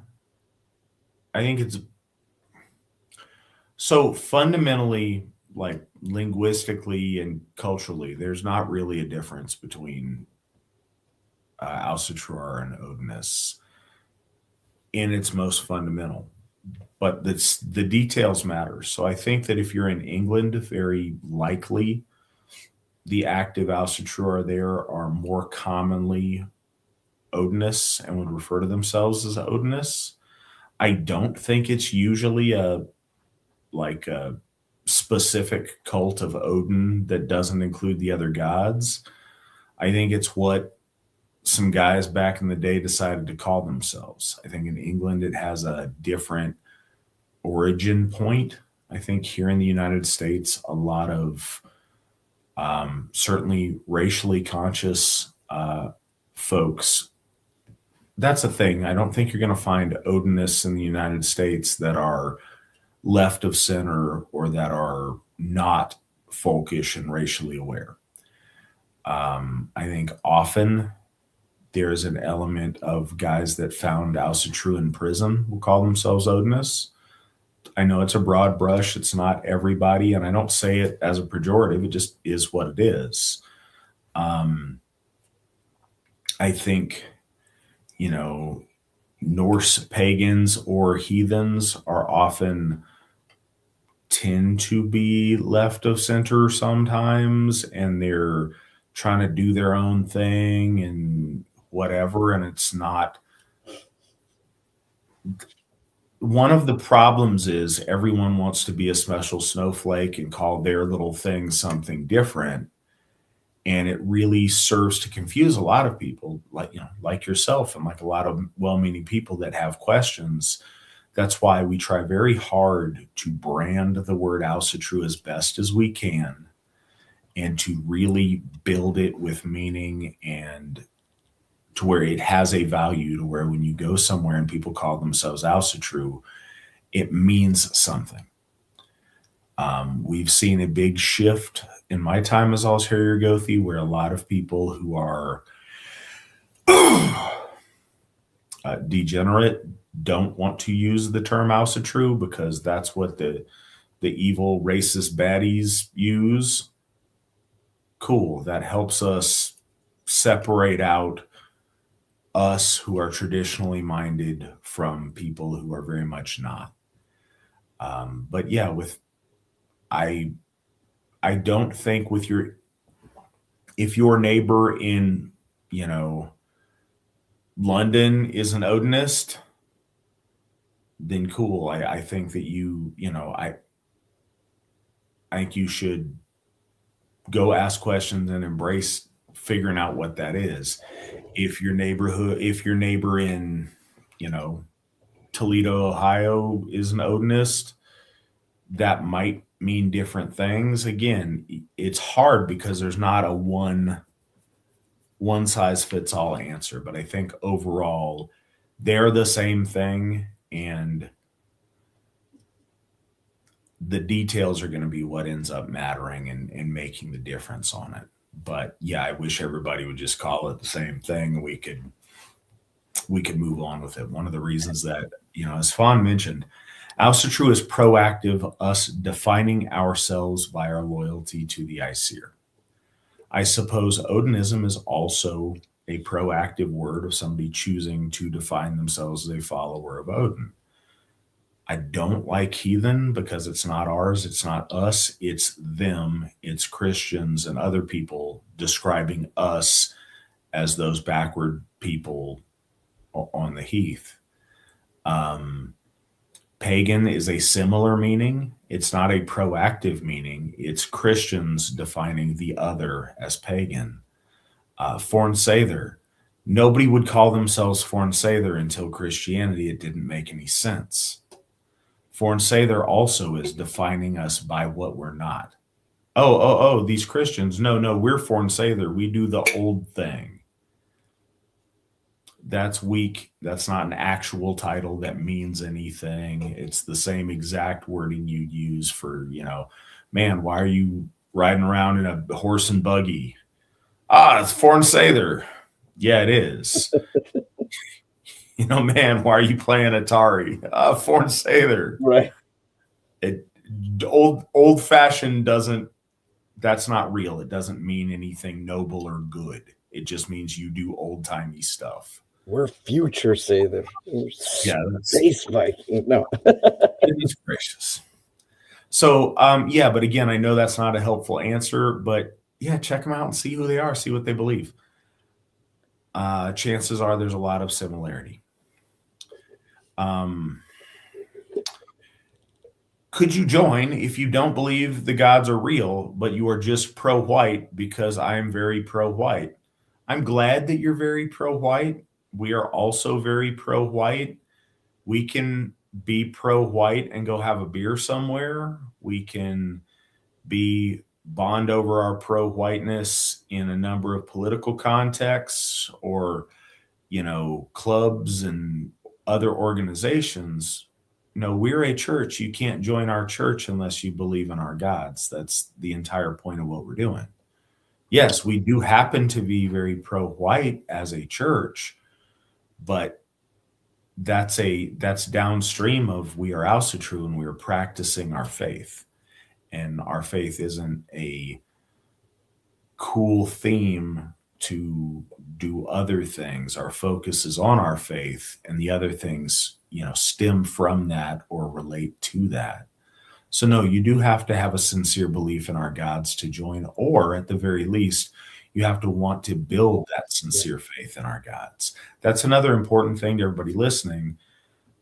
We don't expect that day one you're going to have a profound and sincere relationship with the gods.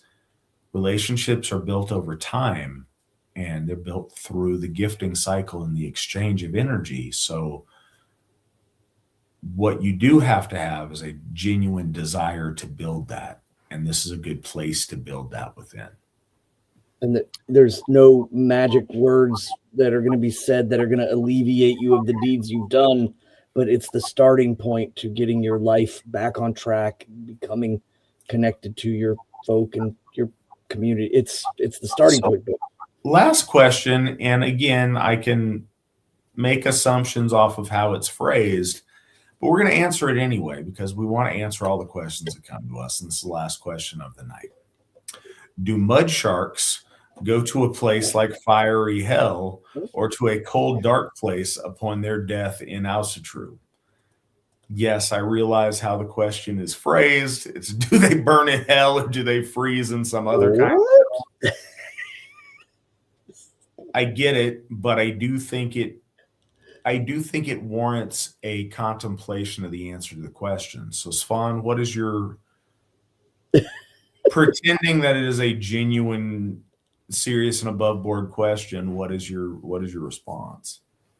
So, theologically, we have something called the inner guard and the outer guard, and we do believe that our gods are watching us, that they are either interacting with us through their deeds, or they are interacting us with the well of fate by simply interacting with the well of fate. They are, in essence, wrapping themselves in our lives through fate. They do this. We are told in the stories they do this every day. But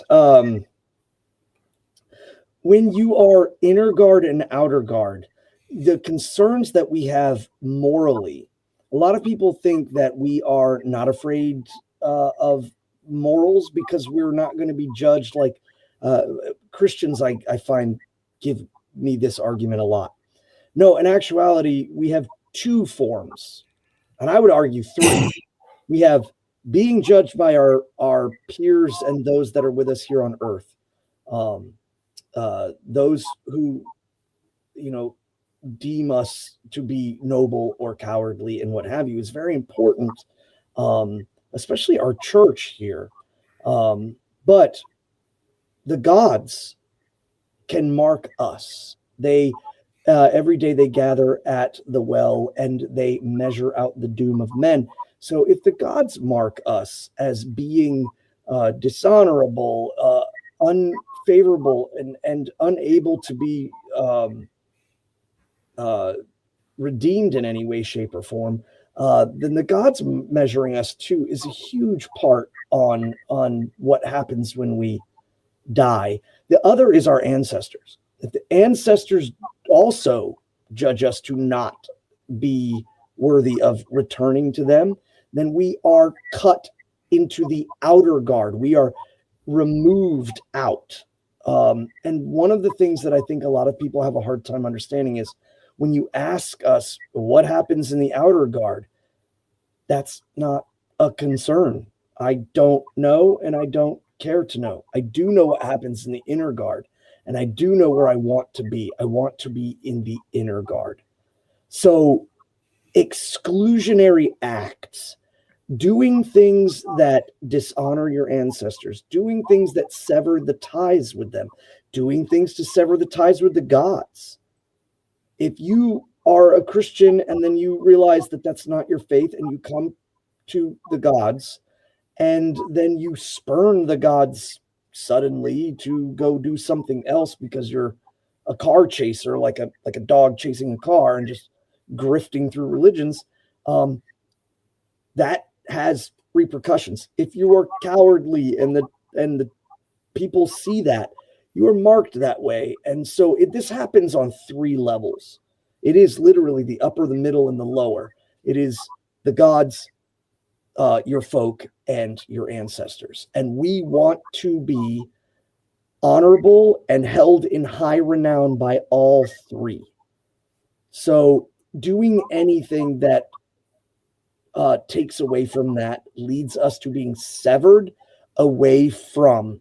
So if someone does something that severs them away from their ancestors, leads them down a track where the bloodline, especially where pieces of the soul that ancestors can bestow upon us and come back through, is severed, then you are removing yourself in essence.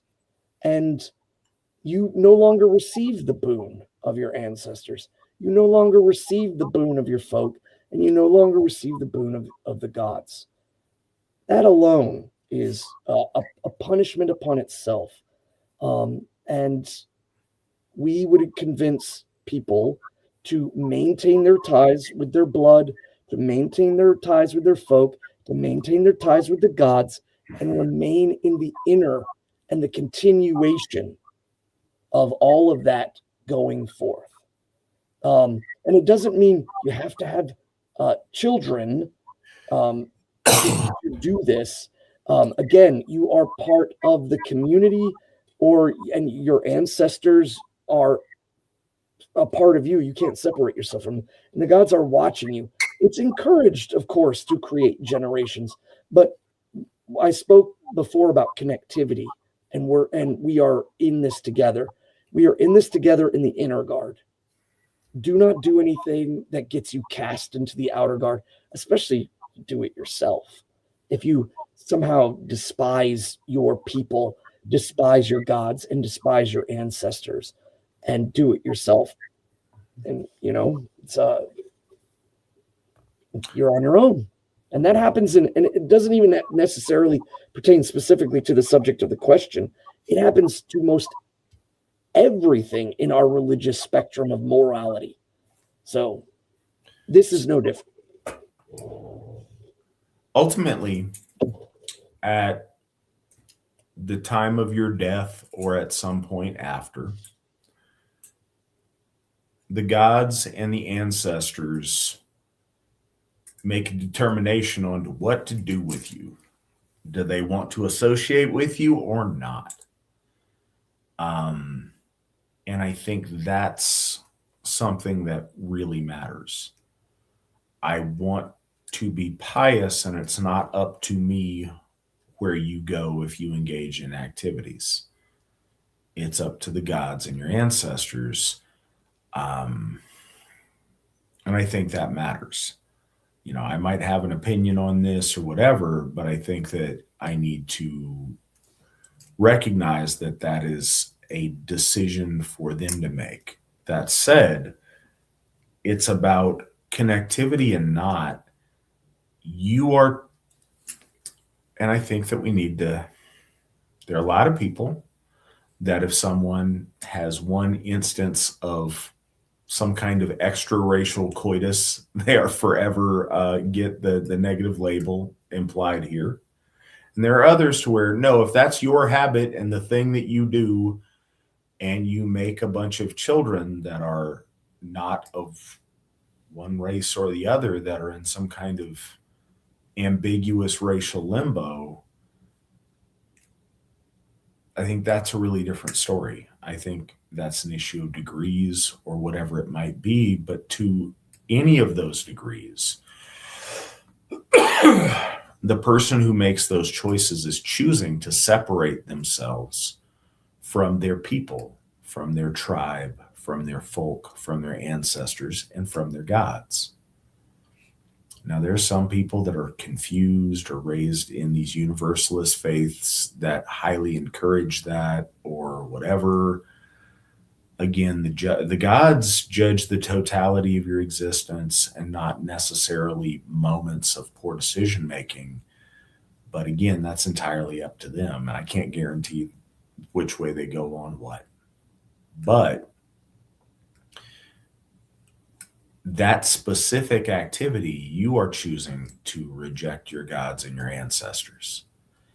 And if that results in offspring, you are then creating a scenario out there where there are these rootless people that you've put in a very bad spot because of your rebellious decision making.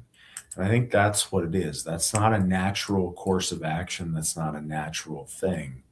I think that's one of those things that is a socially created problem that people are talked into by the media, by entertainment, by whatever forces out there sway public opinion to make irresponsible choices with the people that they engage with. And I think that's often stems as an act of rebellion and as a very overt act of rejection of your own folk and where you come from. So I don't know where exactly all those people end up or don't.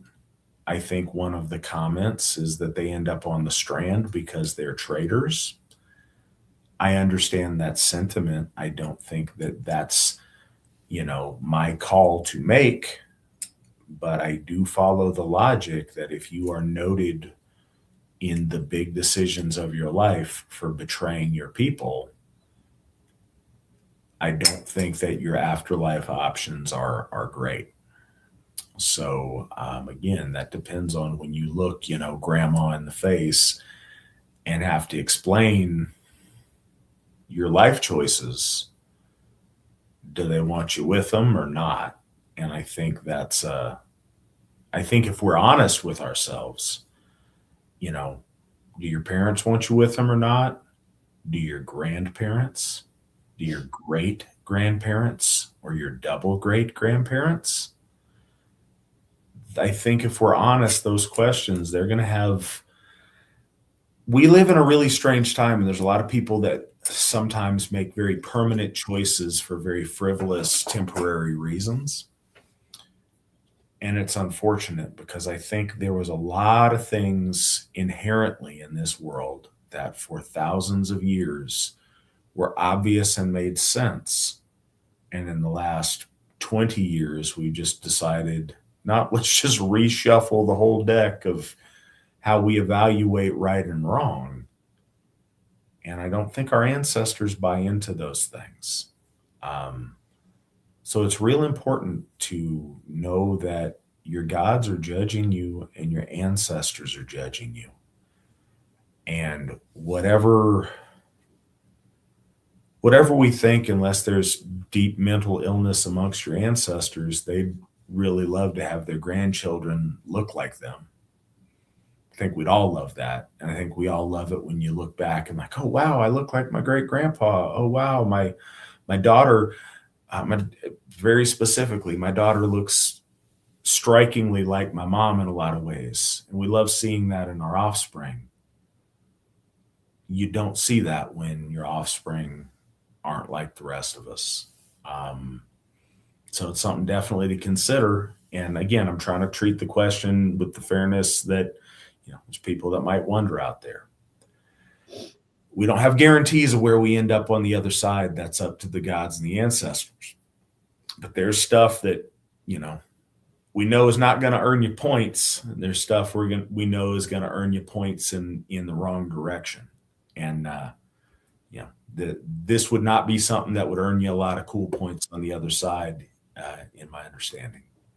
I wanted to speak on one other thing too, because he said Do they go to a place of fiery hell or a cold, dark place? And I wanted to clear up something for folks. In all Aryan branches of religions, the underworld, the place of death, is seen as, again, cold, shrouded, misty, veiled. That is because death is that. Our faith is built on life. And when you look around, when you are whole of body and you're living under the sun and the gods are above you and you are living this life, when you die, it becomes this cold separation in a sense. And what that symbolic language transfers over in almost every Aryan branch. The fiery hell, this comes from Semitic dualism and a death cult with the idea that, I'm going to go to this trash pit that's going to get burned. It's called Gehenna. And modern day Christians believe that if they break the covenant with Yahweh, they are going to go to a trash pit of burning fire. And it wasn't until the New Testament that it was expounded upon, but that is uniquely theirs. And any European man who follows the Christian faith is unwilling to realize what they're doing. Ours is symbolic of life and to death. But even in death, we seek to be within the inner guard. So if we join with our ancestors, this is a great thing. All of the barriers between us fall. We are connected with our ancestors. We get to hear their stories. They get to hear ours. It's a great reason for celebration as we coalesce together. Ultimately, too, the highest honor is to be brought into the realm of the gods. And Christianity, Judaism, all that is more or less servitude, worshiping death, and you either get punished for a little bit of time or for an eternity until you get a chance to sit next to Yahweh's feet. This is expounded upon even in some of the apocryphal books kind of really bring it up because they haven't been refined. They're from the older ages and they haven't been edited. So when I look at these and I see them where they're talking about how Gehenna is a fiery pit, and for Jews that leave the faith, they'll burn there for forever, and so will Gentiles. And that rabbis and those who have repented and reattained their covenant will have to stay there for only a certain amount of time. And the Catholics kind of turned that into that they had their purgatory and their eternal damnation. All of this is Semitic. Our faith and our concept of the afterlife really does go into whether or not we coalesce with our ancestors, whether or not we are granted to be with the gods. Not everybody gets a trophy to be with the gods. It's not a participation medal. And those imageries of the cold or the moving so slowly that time almost stopped, all of that is about a reflection of what death is, which is not life. Life is meant to be lived, and death is a point of true self-internal reflection. And that's why every fall, when things start dying, we turn inward, we think of our ancestors. The divine reflects itself in the material. So just wanted to bring that up because about fiery hell and cold, dark places. So that's I think that's another theme of that. Cold is loneliness. Cold is left in the dark and the frozen landscape that our ancestors were conceptualizing that in. Warmth is being welcomed by the fire with your ancestors. Warmth is being invited into the presence of the gods in some way. I think when you do actions that are intentionally transgressive against your folk and your ancestry, that tends to be one of those things that gets somebody left out in the cold. Freedom of association is very important in our faith. It's not a matter of if you do a certain action, you get a certain prize or you avoid a certain punishment. It's about when you are judged, are you found worthy to sit at the cool table? Do you get to sit at the not cool table, or do you got to stand? Right. And that's Stand outside. that really is, I think, a way to think about it that may bring some of that home, because you may not find a lot of people that want to sit with you if that's the choices that you make in your life. But yeah, thank you guys. We're working our way through this. If you can make it, there are a couple days left. Get there, Austintown, Ohio, Saturday. We are dedicating Frey's Hof. It's a beautiful Hof. It is the first Hof that I have any evidence to say is dedicated to Frey. So, I have no doubt that our ancestors had Hofs to Freyr, but this is the first one we know about, and we are dedicating it here coming up on Saturday, and we would invite you to be there with us. So if you can, I'd love to see you there. If not, we will tell you all about it. Hopefully have some cool pictures and stuff to show you guys when we get back. I'll see you guys next week. Until then, hail the Aesir, hail the folk, hail the AFA, and remember, victory never sleeps. Bye, everyone.